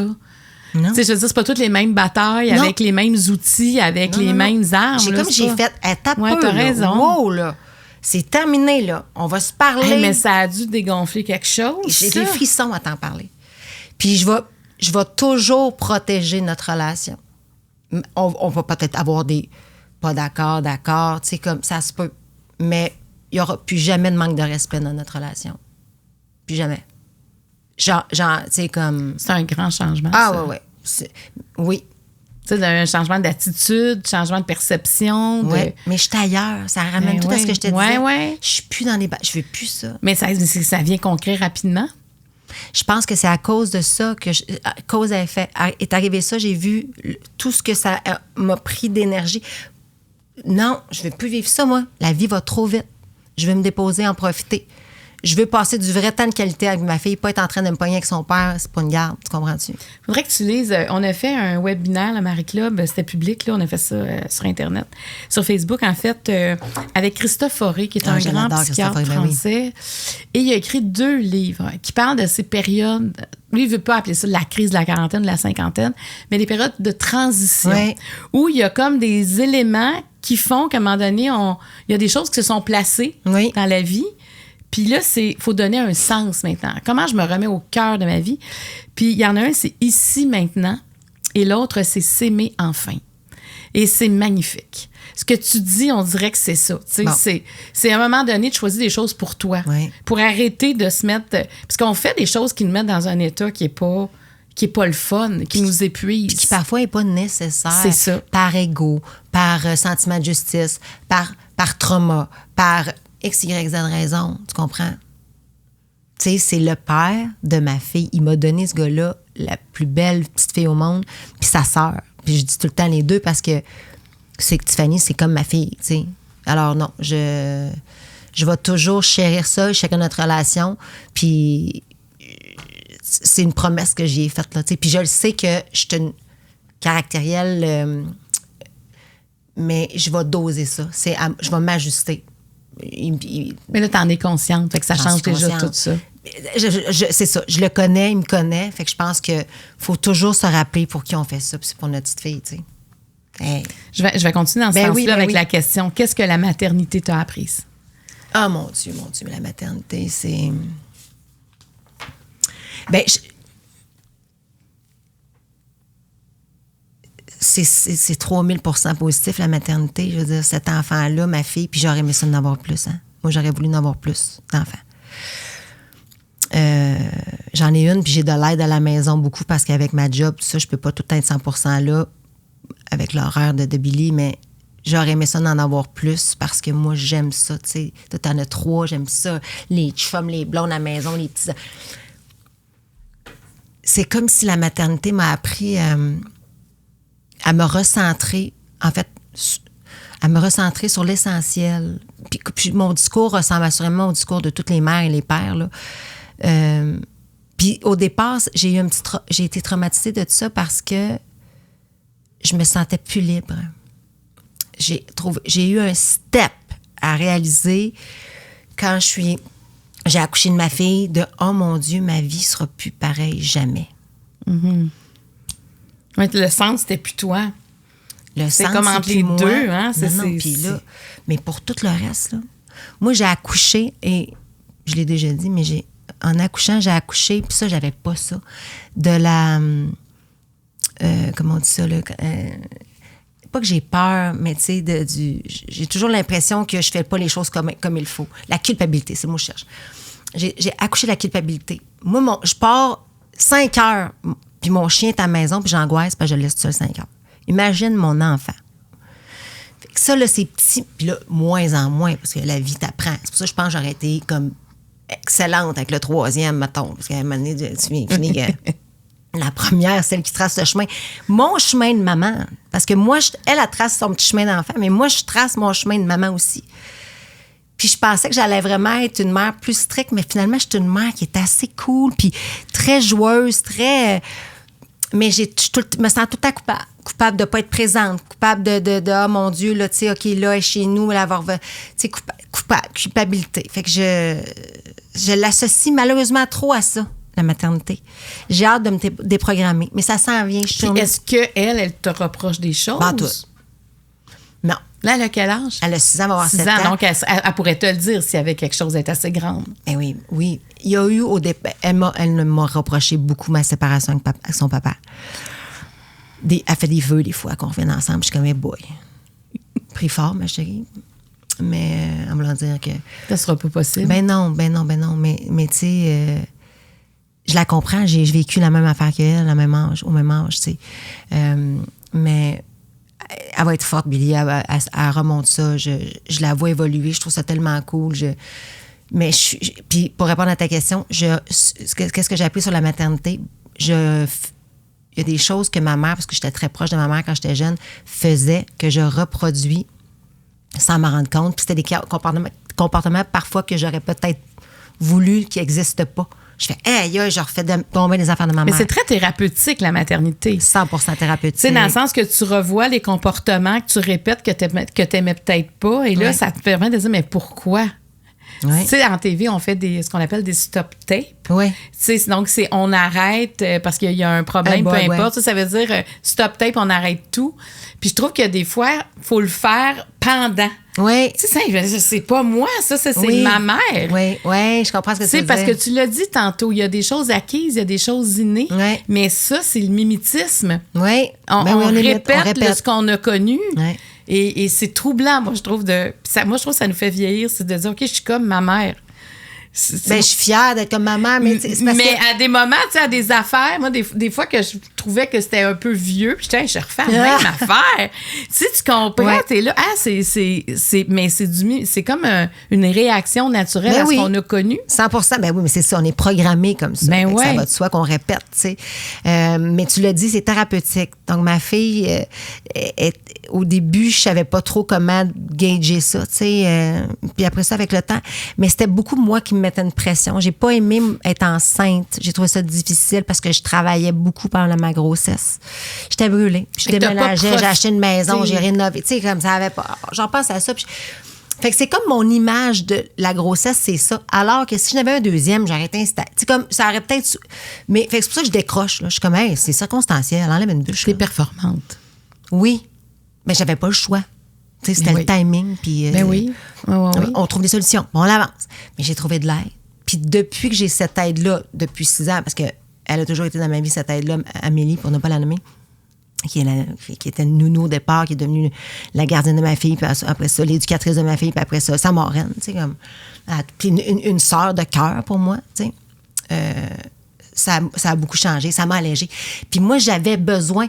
Je me sens des fois comme un père. C'est bizarre ce que je vais dire, je peux pas croire. Je me sens des fois comme un père. Parce que je suis pourvoyeur. Je travaille, je suis pas tout le temps à la maison. Je travaille, je reviens, je joue. Puis, ben, les bases, là, c'est pas tout à moi qui s'en occupe. Je veux pas... Lancez-moi pas de roche. Mais c'est l'image que t'as. C'est ce que t'as vécu. Moi, c'est ce que j'ai vécu quand C'est j'étais ça, jeune. ben oui, Fait que mais c'est ça pour moi, t'appartient, ce que t'as vécu. Tu je comprends? sais que les pères sont... Tu sais, je regarde le père, ma Ouais. fille est tellement... Puis je trouve ça beau, là. Je Mais ta fille aura un autre modèle. Oui, ben oui. Puis ça revient au village. Ouais. Ah oui. Ah oui, oui, oui. Oui, puis c'est un bon modèle, tu sais. On est complètement différentes, elle et moi. Mais elle est tellement habituée d'être avec des enfants. Fait qu'elle m'a sécurisée dans ce que je pensais au début être des lacunes où je savais pas comment faire. Tu sais, aujourd'hui... mais je pense que je suis une meilleure maman là que je l'étais quand elle était tout petite. Parce que je travaillais beaucoup. Fait que j'avais pas le choix. Mais est-ce que tu as encore autant de culpabilité? De moins en moins. De moins en moins. Ma fille nomme mieux les choses aussi. Tu sais, il y a eu la séparation. Ça a été un choc. Un choc. C'était pas ça que j'anticipais dans ma vie, tu sais. Pas pour moi, là. Parce que moi, passer d'une relation à une autre, là, je suis une éternelle insatisfaite en couple, là, tu sais. Mais ma fille, d'y faire ça. Ah! Pourquoi? Elle n'a pas demandé ça, elle. C'est surtout ça, en fait. L'annonce, la réaction. L'annonce, puis tu sais, sa sœur qui partait, qui n'était plus dans la maison, puis elle était plus petite, mais elle a comme réagi plus tard. Elle n'a pas réagi tout de suite. Elle réagissait physiquement, mais c'était pas clair. Puis là, avec le temps, là, c'était plus des conversations, tu sais. Pourquoi? Tu sais... Ah oui, ça a été comme n'importe quelle séparation, c'est difficile. J'aurais souhaité ne pas y faire vivre ça. Après ça, je me dis, bon, toi, tu l'as vécu. Es-tu moins forte aujourd'hui? As-tu un trauma? Peut-être. Est-ce que tu t'as consulté? Est-ce que peut-être ça t'a permis ça de connaître des gens extraordinaires? J'aurais pas connu Mona si mes parents n'étaient pas séparés. Tu comprends? Fait que je me dis, hey, il va arriver ce qu'il faut qu'il arrive. Puis, on ne pouvait plus, son père et moi être ensemble. Puis je pense qu'on est de bien meilleurs parents depuis qu'on est séparés. Oui, puis tu sais, je pense que l'ensemble des psychologues s'entendent pour dire que la séparation, des fois, c'est le meilleur chemin parce que continuer à vivre ensemble, puis quand il n'y a plus d'amour, ce que les enfants vivent, le ressentent, c'est aussi des conséquences. Oui, puis on était dans la... Oui, c'est 100%. Tu comprends? 100%. Ça peut aussi avoir... Tu peux avoir aussi des traumas. Tu peux aussi avoir besoin de consulter. Tu sais, c'est ça la vie. C'est ça la vie. Oui, puis on est tu sais, c'est parce qu'on recule des fois d'une 50aine d'années où il y en avait moins, puis on compare avec le temps. Mais non, c'est comme aujourd'hui, on est dit... Au contraire, on nomme ce qui va pas par individualité, peut-être, mais parce qu'on a besoin de vivre d'autres choses puis de vivre notre vie aussi. On fait des enfants. Tu sais, je veux dire, je suis un enfant du divorce. Je considère que je vais bien puis que j'ai réussi ma vie. La vie de ma fille va pas... tu sais, c'est chouette à cause de ça, là. Mais là, ça va bien. Elle va super bien. Ah oui, oui, oui. Vraiment, vraiment, vraiment. Fait que c'est bien pour dire, hein, encore une fois, le temps fait son œuvre. Le temps, tu sais, comme... Mais on a eu des... Tu sais, c'est ça. Ça a été... Il y a eu de la houle, mais là, c'est calme. Mais tu as réussi à calmer. Vous avez réussi à calmer la houle. On est bon. Mais oui, puis Ouais. tu as eu un beau modèle aussi. 100%. Non, tout est parfait. J'aime cette situation familiale-là, actuellement. Niveau fuchsia, rouge, Fuchsia. tu m'en donnes 3, s'il te plaît. Et tu vas en choisir une à laquelle tu devras répondre, mais il y en aura une seule. À quel moment de ta vie aurais-tu souhaité que le temps s'arrête? Quelle période de ta vie fut la plus éprouvante? Puis quel type d'amoureuse es-tu? Oh mon Dieu! Bien, j'ai envie de... Parce que je pense qu'on a fait le tour un peu dans le temps, tout ça, dans la période de vie éprouvante. Allons-y avec l'amoureuse, c'est funky, ça va faire du bien un peu. Puis c'est l'angle de ma vie, la facette de ma vie qui est la plus problématique.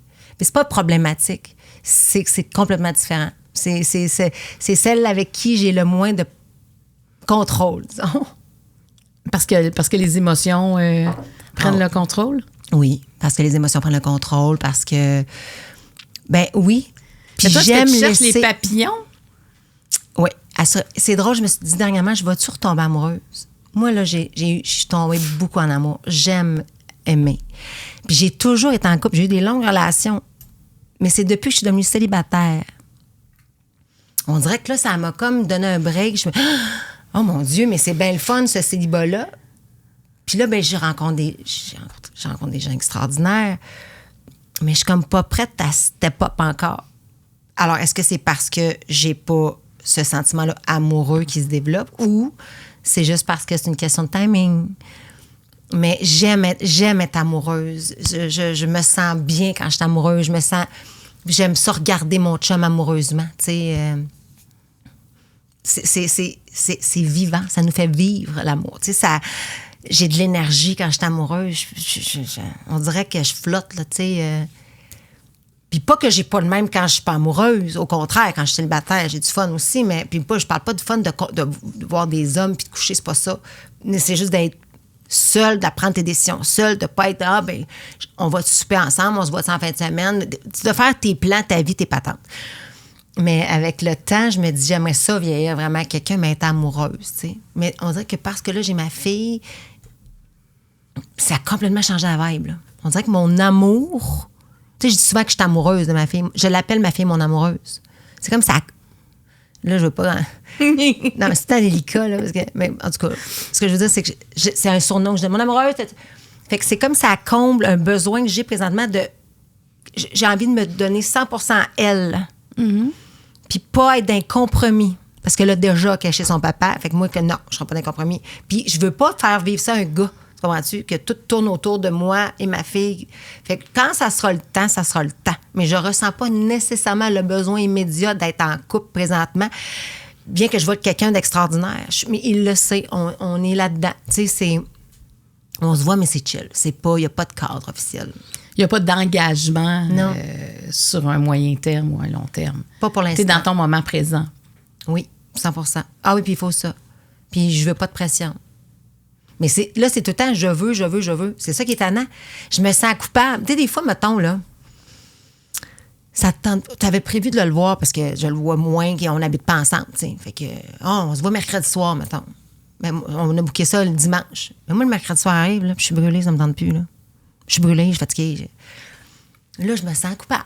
Parce que là, ben prévu. Mais là, fait que c'est tout le temps un peu ça. Je me dis, si j'étais toute seule, j'aurais pas ça. Fait que, mais j'ai dit, je le nomme, puis il comprend, pas de stress, on sort vers une autre fois, ou on se voit-tu bien relax à soir. C'est que j'ai pas envie d'être en performance quand on se voit, tu sais, mais être en dating, c'est comme s'il faut tout le temps que tu sois un peu comme au meilleur de toi-même. Tu sais, fraîchement rasé, parti comme, tu sais, tout le temps ready to go. Tu comprends-tu? Tandis que quand t'es en couple, j'ai l'impression que des fois, t'es comme plus peut-être nonchalante. Je sais pas si ça fait du sens, mais on dirait que je me mets peut-être moins de pression quand je suis dans des relations à long terme. C'est comme, t'as comme quelque chose à présenter. T'es comme... ouais. Tu veux montrer... Tu montes pas vulnérable, là. Je le fais de plus en plus, mais on dirait que je suis pas... Pour moi, être vulnérable à 100% de même, c'est quand je vais être ancrée avec un gars. dans une vraie relation. Là, je provoque cette non-vulnérabilité-là. Là. Tu comprends-tu? Ouais. Mais ça, est-ce que c'est vraiment toi qui vois à ce moment-là? Qu'est-ce que tu veux dire? Bien, ça veut dire, est-ce que c'est la vraie Kim? Non, assurément pas. Non. Ça, il voit comme il a accès comme au personnage avant oui, il a accédé. Ça fait des années qu'on se connaît. Il connaît quand même ma personnalité. Puis tu sais, on a des discussions. Puis c'est un gars qui communique tellement. Puis c'est vraiment une Christie de bonne personne. Mais je suis pas l'amoureuse. Ah ouais. Parce que la journée, là, je suis pas l'amoureuse. Ouais. Quand tu es amoureuse, mettons, tu traverses ce mur-là. Là. Qu'est-ce qui change? Comment je m'investis dans la relation. Investissement. Ça veut dire quoi, ça, ton investissement? Présence, désir, intensité, dans tout ce que ça englobe, passion, quand je suis amoureuse. Puis écoute, j'étais amoureuse, mon ex et moi, on s'est séparés après 5 ans, mais j'étais amoureuse 20 minutes avant qu'on se parle. Là. Tu comprends-tu? J'étais là, même si on avait des moments difficiles, là, T'étais amoureuse jusqu'à la fin. Ah oh oui. Mais, tu sais, c'est ça. On dirait que je me bloque. Je suis pas prête. Je suis pas 100% prête. Puis après ça, je me dis, t'es-tu pas prête? Ou c'est parce que il manque peut-être quelque chose. Fait que j'étais écœurée de me poser ces questions-là. Fait que tu te laisses aller. Je laisse aller. Il arrivera ce qui arrivera. Puis c'est très clair. Je mets les choses au clair. Parce que mon but, c'est pas de blesser personne. Mais j'aime être amoureuse. J'aime la passion. Je pense que je suis une bonne lover. Je suis enveloppante. C'est comme, j'aime ça. Et c'est quoi tes besoins, toi, en amour? J'ai dit enveloppante, mais c'est ça aussi, d'être enveloppée, d'être admirée. L'admiration, c'est tellement important. Je l'ai constaté avec mes parents parce que je trouve que c'est ce qui te fait durer dans le temps. Je suis très mon love language. Moi, je suis très touchy. J'aime ça. J'aime ça me faire toucher. J'aime ça me faire prendre. J'aime ça me faire considérer. J'aime ça me faire surprendre. J'aime ça... Puis je suis pas tout le temps high, là. Tu sais, moi, on peut très bien être... à la maison, relax, je lis un livre, puis écoute un film, puis on peut être complètement dans des bulles séparées, mais ensemble en même temps, tu sais. Mais j'ai quand même besoin d'une liberté à travers cette passion-là, parce que j'ai besoin de mes moments à moi. Puis c'est ça aussi que j'ai découvert avec le célibat, depuis que je suis avec le père, parce qu'on était dans la même maison. Oh mon Dieu, ça fait du bien de retomber dans mes affaires, tu sais. Puis je pense que si j'étais en couple avec un homme, je continuerais à être chacun chez soi. J'aime ça. Je trouve que c'est... Tu te rappelles, on avait eu Maude Guérin un moment une émission. Oui. Puis son chum habitait en haut d'un duplex. Puis j'étais là. Elle a tout compris, là. Ils ont tout compris, là. Oui. Ils ont leur bulle. Ils se voient. Puis ils ont des kids aussi, des enfants. Oui. Mais là, tu vois, ils se sont achetés une maison pour la première fois ensemble. Oui, mais là, ça fait du temps. Mais après, comme 15 ans. C'est ça. Mais oui, mais OK, soit ça, t'avais marqué ça. Oui, mais je comprends le cheminement. Oui, mais c'était brillant. Ben oui, c'est brillant, mon Dieu. Puis là, c'est parce qu'il y a des enfants là-dedans, des ados, qui veulent pas nécessairement être mixés avec d'autres enfants. Puis moi, je suis pas la même quand les enfants, mettons, mon partenaire sont là ou whatever, ou ma fille. Puis je veux avoir ma bulle où c'est que Billy. Je veux ma bulle. Ben c'est ça. Elle avait sa bulle avec son fils. Son chum en haut, elle allait le visiter. Ils se donnaient des rendez-vous. Oui. Mais c'est parce que ça maintient ça. Oui. Puis, tu sais, mon TDAH, là, autant dans des ruptures que je passe vite à d'autres choses, parce que je sais pas pourquoi. Je fais de même. Autant que dans des relations, faut que je sois allumée. C'est comme s'il faut tout le temps que j'ai un peu de sérotonine. Est-ce que c'est exigeant pour l'autre, ça? Ah, sûrement. Mais je compense autrement, là. Des fois, ce besoin-là. Non. Mais, tu sais, je suis très démonstrative. Je suis très passionnée. Fait que les gars, ils aiment ça, là. Tu sais, je t'investis, là. Fait que ça les fait. Tu sais, mettons, là, c'est ça. Puis, alors que, en fait, quand je le suis pas, tu le ressens. Tu comprends-tu? Quand je switch, ça paraît. Ouais, c'est ça. Il y a un petit déclin, là, assez... Et là... on a pris le corner rapide, là. Faut que je fasse attention. Mais ça, c'est... Tu sais, au début, j'ai dit... le type amoureuse, c'est comment le trait de personnalité que j'ai le moins de contrôle. Je suis un peu portée par mes émotions, je suis moins régulée, je réagis, j'ai de la peine, j'ai eu des peines d'amour, là, tu sais, comme perdre du poids, puis pas manger, puis j'étais comme, ramène-toi, là, tu sais, comme, fait pas 1000 ans que t'étais avec, là, puis... Tu t'es fait, est-ce que c'était pas toi qui décidais de la rupture à ce moment-là? Non, non, exactement. C'est-à-dire que, oui, la première fois, non, la deuxième, tu sais, comme c'était... OK. Mais ça, il y a un certain temps aussi, là, tu sais, mais... mais même si tu laisses, ça fait mal, là. Ça fait mal. C'est la fin d'un amour. C'est la fin d'un chapitre. Ouais. Tu sais, que c'est aussi les souvenirs, c'est des chansons, c'est des... Ah, moi, là, puis moi, je suis dans la nostalgie constamment. Ah oui, t'es nostalgique. Je suis nostalgique. L'enfer. Je suis pas capable. André Gagnon, l'autre fois, random dans mon auto, je me suis stationnée, je me suis mis à pleurer, ça me faisait penser à mon père. J'ai arrêté tout ça. J'écoute de la musique, les Bee Gees, ça me fait penser à X, à telle affaire. Toute la musique, là, tu sais, que j'écoutais quand j'étais plus jeune, j'ai beaucoup de difficultés. Je viens, là... Oh, moi, je pleure de même, là. Pleures-tu beaucoup dans ta voiture? Beaucoup. Ah, moi, je suis comme ça aussi. Dans l'auto. L'auto, c'est comme ça. Oui, puis on est comme dans notre bulle. Puis on dirait que... Bon. Puis tu peux mettre la musique que tu veux. La musique, c'est quand même un catalyseur. Ouais. Un catalyseur d'émotions. 100%. Mon Dieu, nous autres, on communiquait par la musique chez nous. Ah oui, nous autres, ça régule. Moi, ça me régule, la musique. Oui. Oui, non, moi, c'est de la musique... Je voudrais qu'il y ait de la musique constamment dans ma vie, tu comprends-tu? J'aimerais ça que présentement, il y a une trame de fond, là. Oui. C'est comme... Ça m'énergie, ça me nourrit, puis ça crée des... C'est ça, ça ancre des choses dans ta vie, tu sais. Ça t'associe à... Comme l'odeur aussi. Mais, ouais, je pleure beaucoup dans mon auto.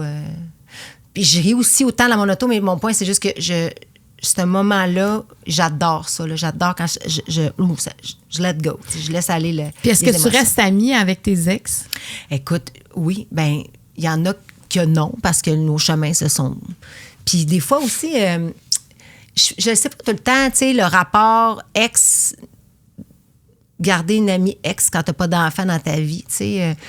J'en ai un que je suis très proche, il m'écrit encore. Je l'aime tellement, Jean-Simon, mais ça aussi, c'était une perle, là. On était ensemble quand je suis arrivée à Montréal pendant quelques années. Des nouvelles tout le temps. Bon, le père de ma fille, ça va de soi. Mais tu sais, c'est toujours cordial. Mais il y en a qui font plus partie de ma vie, non. Mais je serais très à l'aise de les croiser dans la rue, tu comprends? Je comprends, non, je comprends. Mais des peines d'amour, ça fait mal. Ah, c'est tough. Peine d'amour, ça fait mal. Puis peut-être aussi ça aussi qu'à travers ça que je veux... Oui, t'as pas envie de vivre ça. Pas là. Là, je veux un break. Là, je veux contrôler où est-ce que je mets ma peine. Assurément. Mais là, parce que t'en as une grosse aussi. Oui. Fait que ce que tu vis avec ton père, c'est émotionnel, là. C'est beaucoup d'émotions. Ben, c'est l'homme de ma vie, hein. C'est ça. C'est l'homme de ma vie. Puis, il y a 83. Fait que c'est sûr que c'est toutes des... Je suis beaucoup dans le déni. J'ose pas aller là parce que je me dis que quand ça va être ça, j'aurai pas le choix d'être là. Fait que j'appréhende pas. On est encore une fois en mode solution.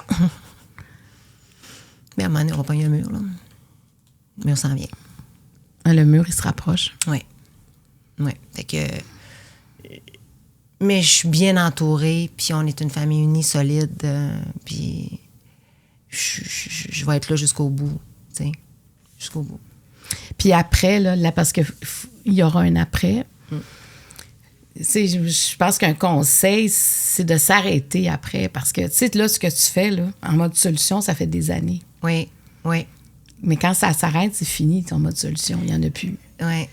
Et le corps relâche. 100%. Parce que là, ça te permet aussi de continuer. De continuer, oui. Parce que c'est pas fini. Non. Ça te permet de continuer, mais quand ça lâche, là. Oui. Puis souvent, notre réflexe, c'est de continuer puis de dire, de toute façon, il n'y a plus rien à faire, la personne n'est plus là. Mais ton corps, lui, il a subi quelque chose. Là. Un stress, Tu l'as forcé à continuer malgré tout, tu sais. Oui. Mais quand ça tombe, tu sais, les proches aidants, là, après, ils sont c'est extrêmement, tu sais, tu parles de toi, mettons Mona, tu sais, ça. Moi, je suis là, mais je suis à Montréal, je me trouve loin. Oui, mais c'est ça, ta tête, tu comprends, ton corps, tu sais, on sous-estime. C'est fou, les proches aidants. C'est fou, on c'est sous-estime, fou. tu vas le sentir dans tout ce que tu vas faire, l'espèce de fatigue, tu sais, tu te demandes, puis des fois, on n'identifie pas ça parce qu'on ne parle pas assez, je trouve, de cette phase de l'après, parce que justement, on a peur de parler de l'après. Ouais. Puis quand l'après arrive, la première chose qui arrive, tout le monde s'isole. Parce que la personne dont on est proche aidant va rassembler des gens autour d'elle.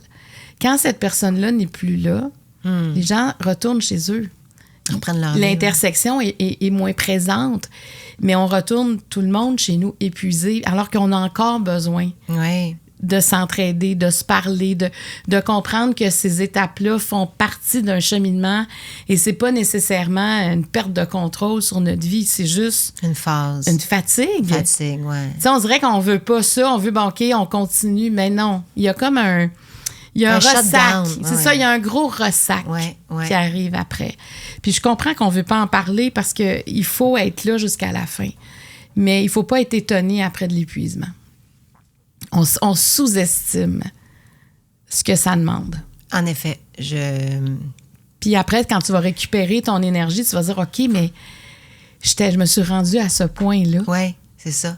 C'est qu'on est en mode bataille, tu sais, on est en mode survie, en fait. Oui. Puis on puise dans nos réserves, on puise dans...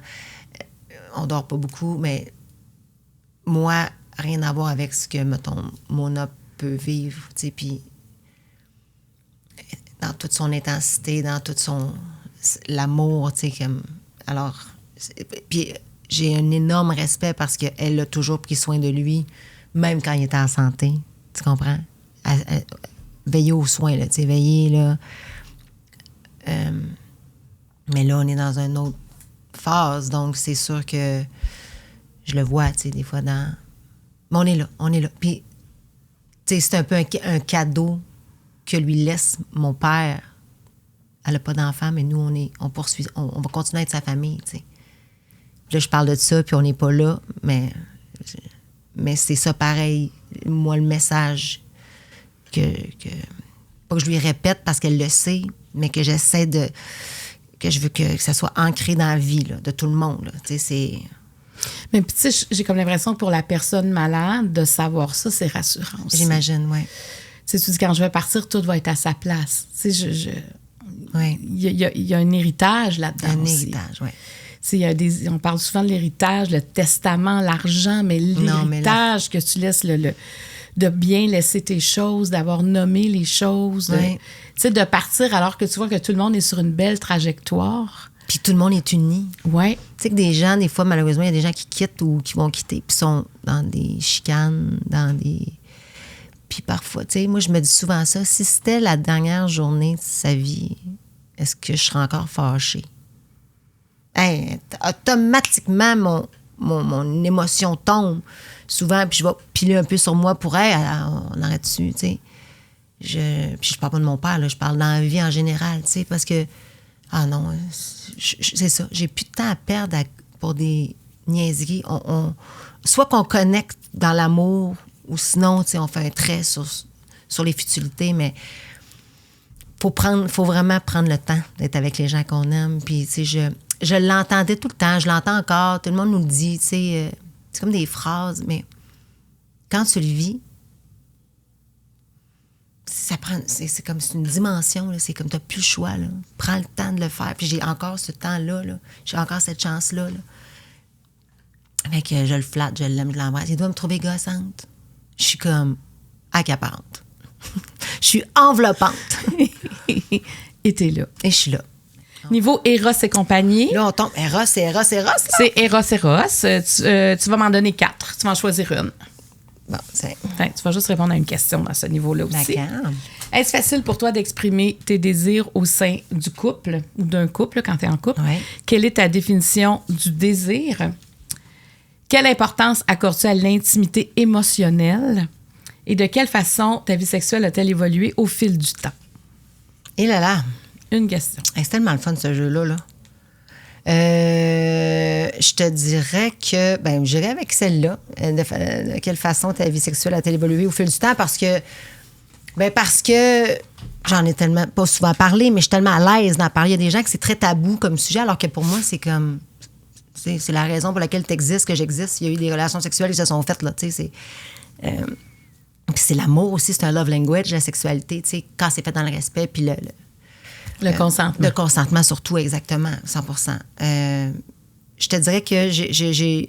La sexualité, pour moi, très jeune, c'était dans mes pensées. Très, très jeune. J'entendais ma mère faire l'amour avec son chum de l'époque, puis je trouvais ça beau. Moi, je comprenais c'était quoi. J'avais hâte. T'avais quel âge à peu près, là? Je sais pas, 8-9 ans. Okay. J'avais pas hâte de faire l'amour à 8-9 ans, mais... Mais t'étais consciente de ça? Oui. Je regardais les films, puis je voyais les couples, tu sais, des fois qu'il faut... Pas des films sexuels, mais des films d'amour. Ça embrassait. Ça embrassait, puis on sentait j'étais comme, oh mon Dieu, ça, c'est comme un next step, là, tu sais, comme le fun. C'est sûr que c'est l'aboutissement de quelque chose. Fait que j'avais une appréhension, un hâte. Et puis après ça, écoute, avec le temps, ça s'est passé. J'ai eu un amoureux pendant comme 2 ans. J'étais pas vieille non plus, mais c'est avec lui que ça s'est passé pour la première fois. Puis ça a été super cool, tu sais. Puis après ça, je me suis un peu donnée aux hommes. J'aimais la séduction, j'aimais le désir. C'est comme si ça me nourrissait, moi, de nourrir l'autre. Tu comprends? Il y avait un échange là-dedans, mais c'était plus le même rapport qu'aujourd'hui. Tu vas me voir aller, là. Mais j'étais beaucoup dans la... Tu voulais plaire. Plaire, excusez-moi. Dans une sexualité où est-ce que le désir du gars, tu sais, l'aboutissement de l'homme, moins dans l'orgasme, pour moi, je savais pas c'était quoi. Tu sais, je pensais que j'avais du fun, mais je n'en avais pas, là. Tu sais, c'était le fun dans ma tête. C'était le fun dans de me sentir choisie, c'était le fun dans... Puis avec le temps, aujourd'hui, on est complètement ailleurs, là. En fait, c'est l'inverse. C'est comme... Pas que je pense à mon plaisir avant tout, mais souvent, dans ma tête, je me dis... Fais-toi ton fun avec moi, puis je vais me faire mon fun avec toi. Je le dis pas, mais ça va donner la meilleure sexualité. Si tu penses à toi, je veux pas quelqu'un qui soit dans la performance pour me faire plaisir. Je veux pas quelqu'un qui soit trop sur moi pour que ça... Tu veux qu'il soit aussi sur lui. C'est-à-dire que les deux... Oui, mais c'est parce que tu te laisses aller. Ouais. Moi, je veux que ça soit l'abandon total. Fait que soit dans ta tête, là, soit où tu veux, dans ton corps, là, comme si t'étais tout seul. Mais on est ensemble. Puis, un moment donné, on va pogner le diapason, mettons. Et là, c'est... Ça m'a pris du temps à découvrir ça. Puis, tu sais, moi, j'ai eu une boutique érotique, justement, à l'époque. Fait que moi, je vendais des accessoires, là. Moi, je parlais de sexualité à 20 ans, là, tu sais. Puis, j'expliquais, puis c'était très théorique et technique et physique, tu sais, parce que c'était lui, il stimule le clitoris, mais le point G, l'autre, la prostate. Fait que ça a fait partie de ma vie, ça. Fait que moi, c'était pas tabou. Fait que moi, quand les gars, parfois, je peux avoir l'air intimidante. Bien, c'est sûr. Fait que des gars qui veulent performer, puis là, puis moi, je suis comme, mon Dieu, il n'y a pas de stress. Puis là, c'est pour ça, enlève-toi une bûche, pense à toi, là, puis je vais penser à moi. Puis à un moment donné, on va connecter. Tu vas voir, ça va arriver tout seul. Mais c'est sûr que c'est intimidant. Oui. Tu veux pas te décevoir, on dirait. Davantage parce que tu es à l'aise d'en parler. C'est comme si je le sais comment placer les affaires pour pas ça. qu'on arrive à ça, parce que ça arrive. C'est arrivé, en fait. Caroline. Puis tu sais, la première fois avec un gars ou peu importe le partenaire, c'est jamais le fun, là. À moins de. C'est tout le temps quand tu te connais un peu parce que tu t'abandonnes, mais avec le temps, au début, c'est ça. C'est plus. Les premières dates, des fois, c'est comme, Mais puis on n'est pas fait pareil, les hommes et les femmes. Fait que nous autres, on a moins de pression physique, tu sais. Mais on n'a pas moins nécessairement d'envie, là, tu sais, ou de désir. Mais tu sais, il y a tellement de femmes qui vont dire, hey, moi, tu sais, l'orgasme, j'ai connu ça tardivement dans ma vie. Je savais pas si ça allait jusque-là. Je savais pas si je pouvais avoir des orgasmes. Tu sais, ça fait pas si longtemps que les femmes en parlent ouvertement, là. Puis plus que ça, tu sais, je pense que les femmes, il y en a plein qui ont des orgasmes avec leur partenaire. Mais majoritairement, je vais parler de moi, là, ça va... Moi, j'ai bien plus d'orgasmes personnellement qu'avec un partenaire dans la vie, là. Tu sais, je veux dire, parce que je me connais, parce que c'est facile, mais je veux avoir cette aisance-là avec mon partenaire de pouvoir, tu sais, comme... On est les deux là-dedans, mais Mais ça prend une maturité comme dans dans le couple aussi. Oui, mais je le nomme des fois. Ben, dans toi, les... tu le dis. Ouais. Puis comment c'est reçu quand tu le nommes? Ben, c'est parce que ça part du principe souvent que les gars peuvent être des fois un peu stressés ou, tu sais, ou... Puis c'est normal, comme je te dis, puis il n'y a pas de jugement zéro, tu sais. Mais en fait, je suis tellement ouverte et calme quand c'est dans des débuts de relation par rapport à la sexualité, si jamais ça se passe, que je pense que les gars finissent par bien se sentir, tu sais. Mais c'est parce qu'en vieillissant aussi, les gars, je le réalise, que c'est des gars à 30, à 40, à 50, c'est pas pareil, là. Des fois, ça arrive moins, mettons, rapidement qu'à 25 ans ou à 30 ans, là, tu sais. Les gars aussi... Fait que je réalise que les hommes en vieillissant, parfois, ça peut être... Il faut placer les affaires. Puis c'est aussi dans un but, tu sais, de vouloir, comme je le disais tantôt, de plaire. Puis Fait que moi, je veux enlever la performance. Je déteste la sexualité en performance. Terrible. Genre, turn off. Puis ça m'est déjà arrivé, là, en plein milieu d'une relation sexuelle, là, d'un gars random, là. Random, non, mais en tout cas, qui était en performance. J'ai fait, ça va, merci, au revoir. On va arrêter ça là. Ça marche pas. Qu'est-ce que tu fais? Parce que toi, tu n'es pas capable de t'abandonner non plus. Non, mais c'est parce qu'on... Tu es en observation, finalement. On est où, là? T'es avec, tu sais, comme... On n'est pas comme ensemble là-dedans non plus, tu sais. Je trouve que... Puis si son but, c'est d'être dans la performance, parce que c'est ça qui fait du bien, c'est une autre chose. Mais c'est rare que c'est ça. Tu sais, c'est de la performance pour un désir de physique, là, tu sais. On n'est pas dans un... C'est plus difficile, en tout cas, du moins, d'atteindre l'orgasme dans ce genre de situation-là, là. Ouais, des fois, tu veux impressionner, tu veux... Ouais, moi, je suis pas là. C'est comme... non, c'est pas une énergie que j'aime quand on est dans ce mode-là. Fait que j'aime mieux, des fois, de nommer ça tout de suite, tu sais. Puis c'est bien reçu. Oui, parce que c'est pas si facile de nommer. Tu sais, je trouve ça intéressant que tu en parles, parce que quand tu le dis, ça va. La personne, elle ne sauve pas en courant. Non. Ça met à l'aise. En soi, c'est un signe de confiance. Mais ça rend à l'aise. Puis ça, c'est des conversations de début de... On joue à ce jeu-là, là, tu comprends-tu? Parce que moi, j'adore ça, faire ça avec des gars, là. Tu sais, comme... Ça permet de se connaître, puis de poser des questions, puis de... OK, elle aime... Tu sais... Mais en même temps, je suis ouverte aussi à ce que les gars proposent. Je suis pas juste en mode moi, mais en vieillissant, pour répondre à cette question-là, comment ça a évolué, j'ai tellement été focus sur ce que les gars voulaient qu'à l'âge où je suis rendue, depuis, mettons, les 5-6 dernières années, je te confirme que là, ma priorité sexuelle, c'est moi. Dans le sens que je pars de ce que moi j'aime, puis moi, ce que j'aime pas, puis ce que j'aime pas, c'est quand on est dans une performance. En fin de compte, j'aime pas ce que j'étais quand j'étais jeune. Comment je le faisais. Oui, parce que tu es en performance ouais. pour impressionner à ben quelque part l'autre. Puis je le comprends, mais c'est ça. Mais c'est comme si... C'était comme si pour moi, la sexualité, c'était l'éjaculation du gars, tu sais. Alors que, hey, ça peut tellement être plein de choses, tu sais. Je sais pas si on va trop deep, là. Non, pas du tout. Ici, on va... Non, mais ici, on va partout, là. Il n'y a pas... Mais tu comprends, c'était comme si c'était beaucoup relié au plaisir masculin aujourd'hui. Je sais très bien comment mon corps fonctionne. Fait que, tu sais, comme, laisse-moi me faire l'amour pendant qu'on se fait l'amour ensemble. Je peux me faire l'amour en même temps que tu me fais l'amour, tu comprends-tu? Il n'y a pas de... C'est ça, il n'y a pas juste toi qui fais ça, là. Tu sais, je sais pas si c'est clair, là, mais... En tout cas, je m'exprime davantage. C'est participatif. C'est-à-dire que les deux participent. Mais on est connectés. Oui, c'est ça. Moi, c'est ça que je veux. Je veux qu'on soit connectés. Puis si ça passe par être, ben ton plaisir à toi, tu sais, comme va dans ta tête, va dans tes pensées, tu sais, ose dire ce que t'aimes. Vas-y. Tu sais, comme, pense pas à ce que... elle aimera pas. Ou les filles, moi, j'entends ça. Puis aussi avec l'expérience que les filles qui sont beaucoup trop ancrées dans leur corps, je me mets dans telle position, vas-tu m'aimer? Hey, abandonnez-vous. Il va-tu voir mon bourrelet? Oui. Moi, c'est ça. Oui. Tu sais, je suis comme, non, on n'est pas là. On n'est pas là. Si on est en mode sexuel, puis c'est le fun, c'est parce qu'on est dans l'abandon. Et c'est là que la jouissance arrive, 100%. Versus ça être comme trop dans ta tête. Ben oui, là, tu t'abandonnes pas. Mais tu sais, même la charge mentale, là... Oui. Tu sais, pour les femmes, je dis pas que les hommes en ont pas. Parce que comme je suis une femme, je vais parler des femmes. Souvent, elles vont me dire, ah oui, mais tu sais, c'est dur d'arrêter ça. Tu sais, fait que ça prend vraiment un abandon, ça prend le temps. Non, mais les affaires sont couchées, ouais, mais là, ça peut, je peux pas. C'est ça, exactement. Se lever, on pense à ça. C'est que des fois, c'est comme si la sexualité, comme faire l'amour, ça devient quelque chose qui te tente moins. Oui. Mais en même temps, c'était peut-être pas comme le bon moment ou le... avant de dire c'est faire l'amour que j'aime pas, tu sais, c'est comme, je trouve qu'il faut se poser des questions. Oui, 100%. Parce que avant de mettre ça de côté, c'est quand même une partie importante d'une vie. Oui, oui. La vie sexuelle fait partie Ouais. de l'énergie aussi d'une vie. 100%. Puis tu sais, moi, j'ai eu des phases où lâche-moi, ça me tente pas. J'ai pas envie. Tu sais, moi, périménopause, les hormones t'attachent là-dedans, là, tu sais, comme, j'ai fait aïe, aïe. Mais je pourrais sortir d'ici, rencontrer un garçon qui me turn on bien raide, puis genre pas prêt, tu comprends-tu?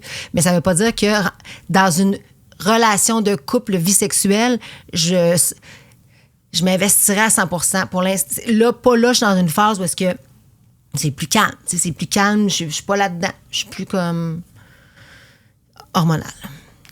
Colin! C'est pas facile. Première fois de ta vie que ça t'arrive? Oui. Hey, les chaleurs. Puis là, attends, je suis comme, voyons, c'est quoi ça? Puis tu sais, oui, mais c'est correct, là, je consulte, puis tout, puis je prends les hormones, là. T'es toute jeune. Oui, je sais. Niveau opto-réseau. Bon, dernière question, OK. Kim.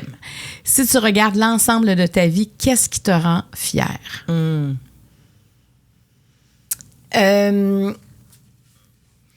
Ben, je pense que c'est tout mon côté fonceur, c'est tout mon côté rassembleur, c'est la fidélité des gens dans ma vie et que je leur apporte aussi. Des gens que j'ai dans ma vie qui sont là depuis très longtemps. Des gens qui sont devenus la famille de sang, mais de cœur. Tu sais, comme je suis rassembleuse. Ça, je suis fière de ça. Puis en vieillissant de plus en plus, j'aime ça, voir des gens dans ma maison qui se connaissaient pas, puis qui soudainement, ils sont comme, puis ils se lâchent plus. J'aime ça. J'aime ça comme être un peu le noyau qui unit du monde. Ça me rend fière. Ma carrière me rend fière aussi parce que c'est un privilège d'avoir trouvé quelque chose. C'est dur de trouver ce que tu veux faire dans la vie. Depuis que je suis toute petite et d'en avoir fait une carrière, qu'une passion soit devenue une carrière, puis qui m'a permis de gagner ma vie, d'être aimée des gens, de sentir que, on le disait au début, je fais une différence. C'est beau. T'sais, des fois, je me le dis pas assez souvent, là, parce que... Mais la reconnaissance. J'ai la reconnaissance face à tout ça. Je suis chanceuse. Je suis fière du cheminement que j'ai accompli dans la vie, mais je suis aussi très chanceuse là-dedans. Puis pour ça, ben, je suis dans la gratitude. T'sais, je pense qu'il y a un peu des deux, là. Puis qu'est-ce qu'on peut te souhaiter? Qu'est-ce qu'on peut me souhaiter? On peut me souhaiter, mon Dieu... hey, j'ai envie de dire du calme, du beau, du doux, du plaisir. Continuer à être épicurienne. Que ça continue en fait parce que quand ça va pas bien, je m'arrange pour que ça aille mieux. Puis je m'arrange pour que ça finisse par aller bien. J'accepte ces moments-là où ça va pas bien pour rebondir. Chaque moment que j'ai vécu m'a permis d'évoluer. Puis quand ça stagne trop longtemps, dans un cadre où c'est supposé d'être calme et doux, des fois, je me sens plus challengée. Fait que continuer à être challengée, à oser, puis à avoir mon petit papa le plus longtemps possible. Je te souhaite tout ça. Merci, Marc-Claude. Tellement honorée d'avoir fait ça, ce beau jeu-là avec toi. Bien, merci d'avoir accepté l'invitation. C'était sûr. C'est tellement le fun. Wow. T'es tellement... t'es libre. Je te sens libre. Oui, bien... Libre et avec une réflexion. Ouais. Tu es dans une période charnière, Oui. une période comme de transition dans ta vie aussi, où tes racines s'ancrent. Oui. Et continue à jardiner. J'ai hâte de voir ton émission à la télé sur le jardinage. Hey, imagine-tu si ça finit de même? Tu sais, comme j'aurais une émission... On n'aurait jamais pensé ça quand même. Marthe et moi. J'aime Marthe. Je l'aime tellement. Je capote ça. Mais- Marthe et Kim. Non, mais tu sais, appelle-moi Marthe. Moi, je veux que tu viennes jardiner à la maison. Je te dis, je me découvre. Va-tu falloir que je me lance dans le pot? Non, c'était une joke. Tout est possible. Tout Mais est- c'est ben légal. non. C'est légal. Ben oui, c'est exactement. Alors, merci beaucoup, Kim Ross. C'est à toi. Merci à tout le monde d'avoir été là. Puis on se dit au prochain podcast. Bye-bye.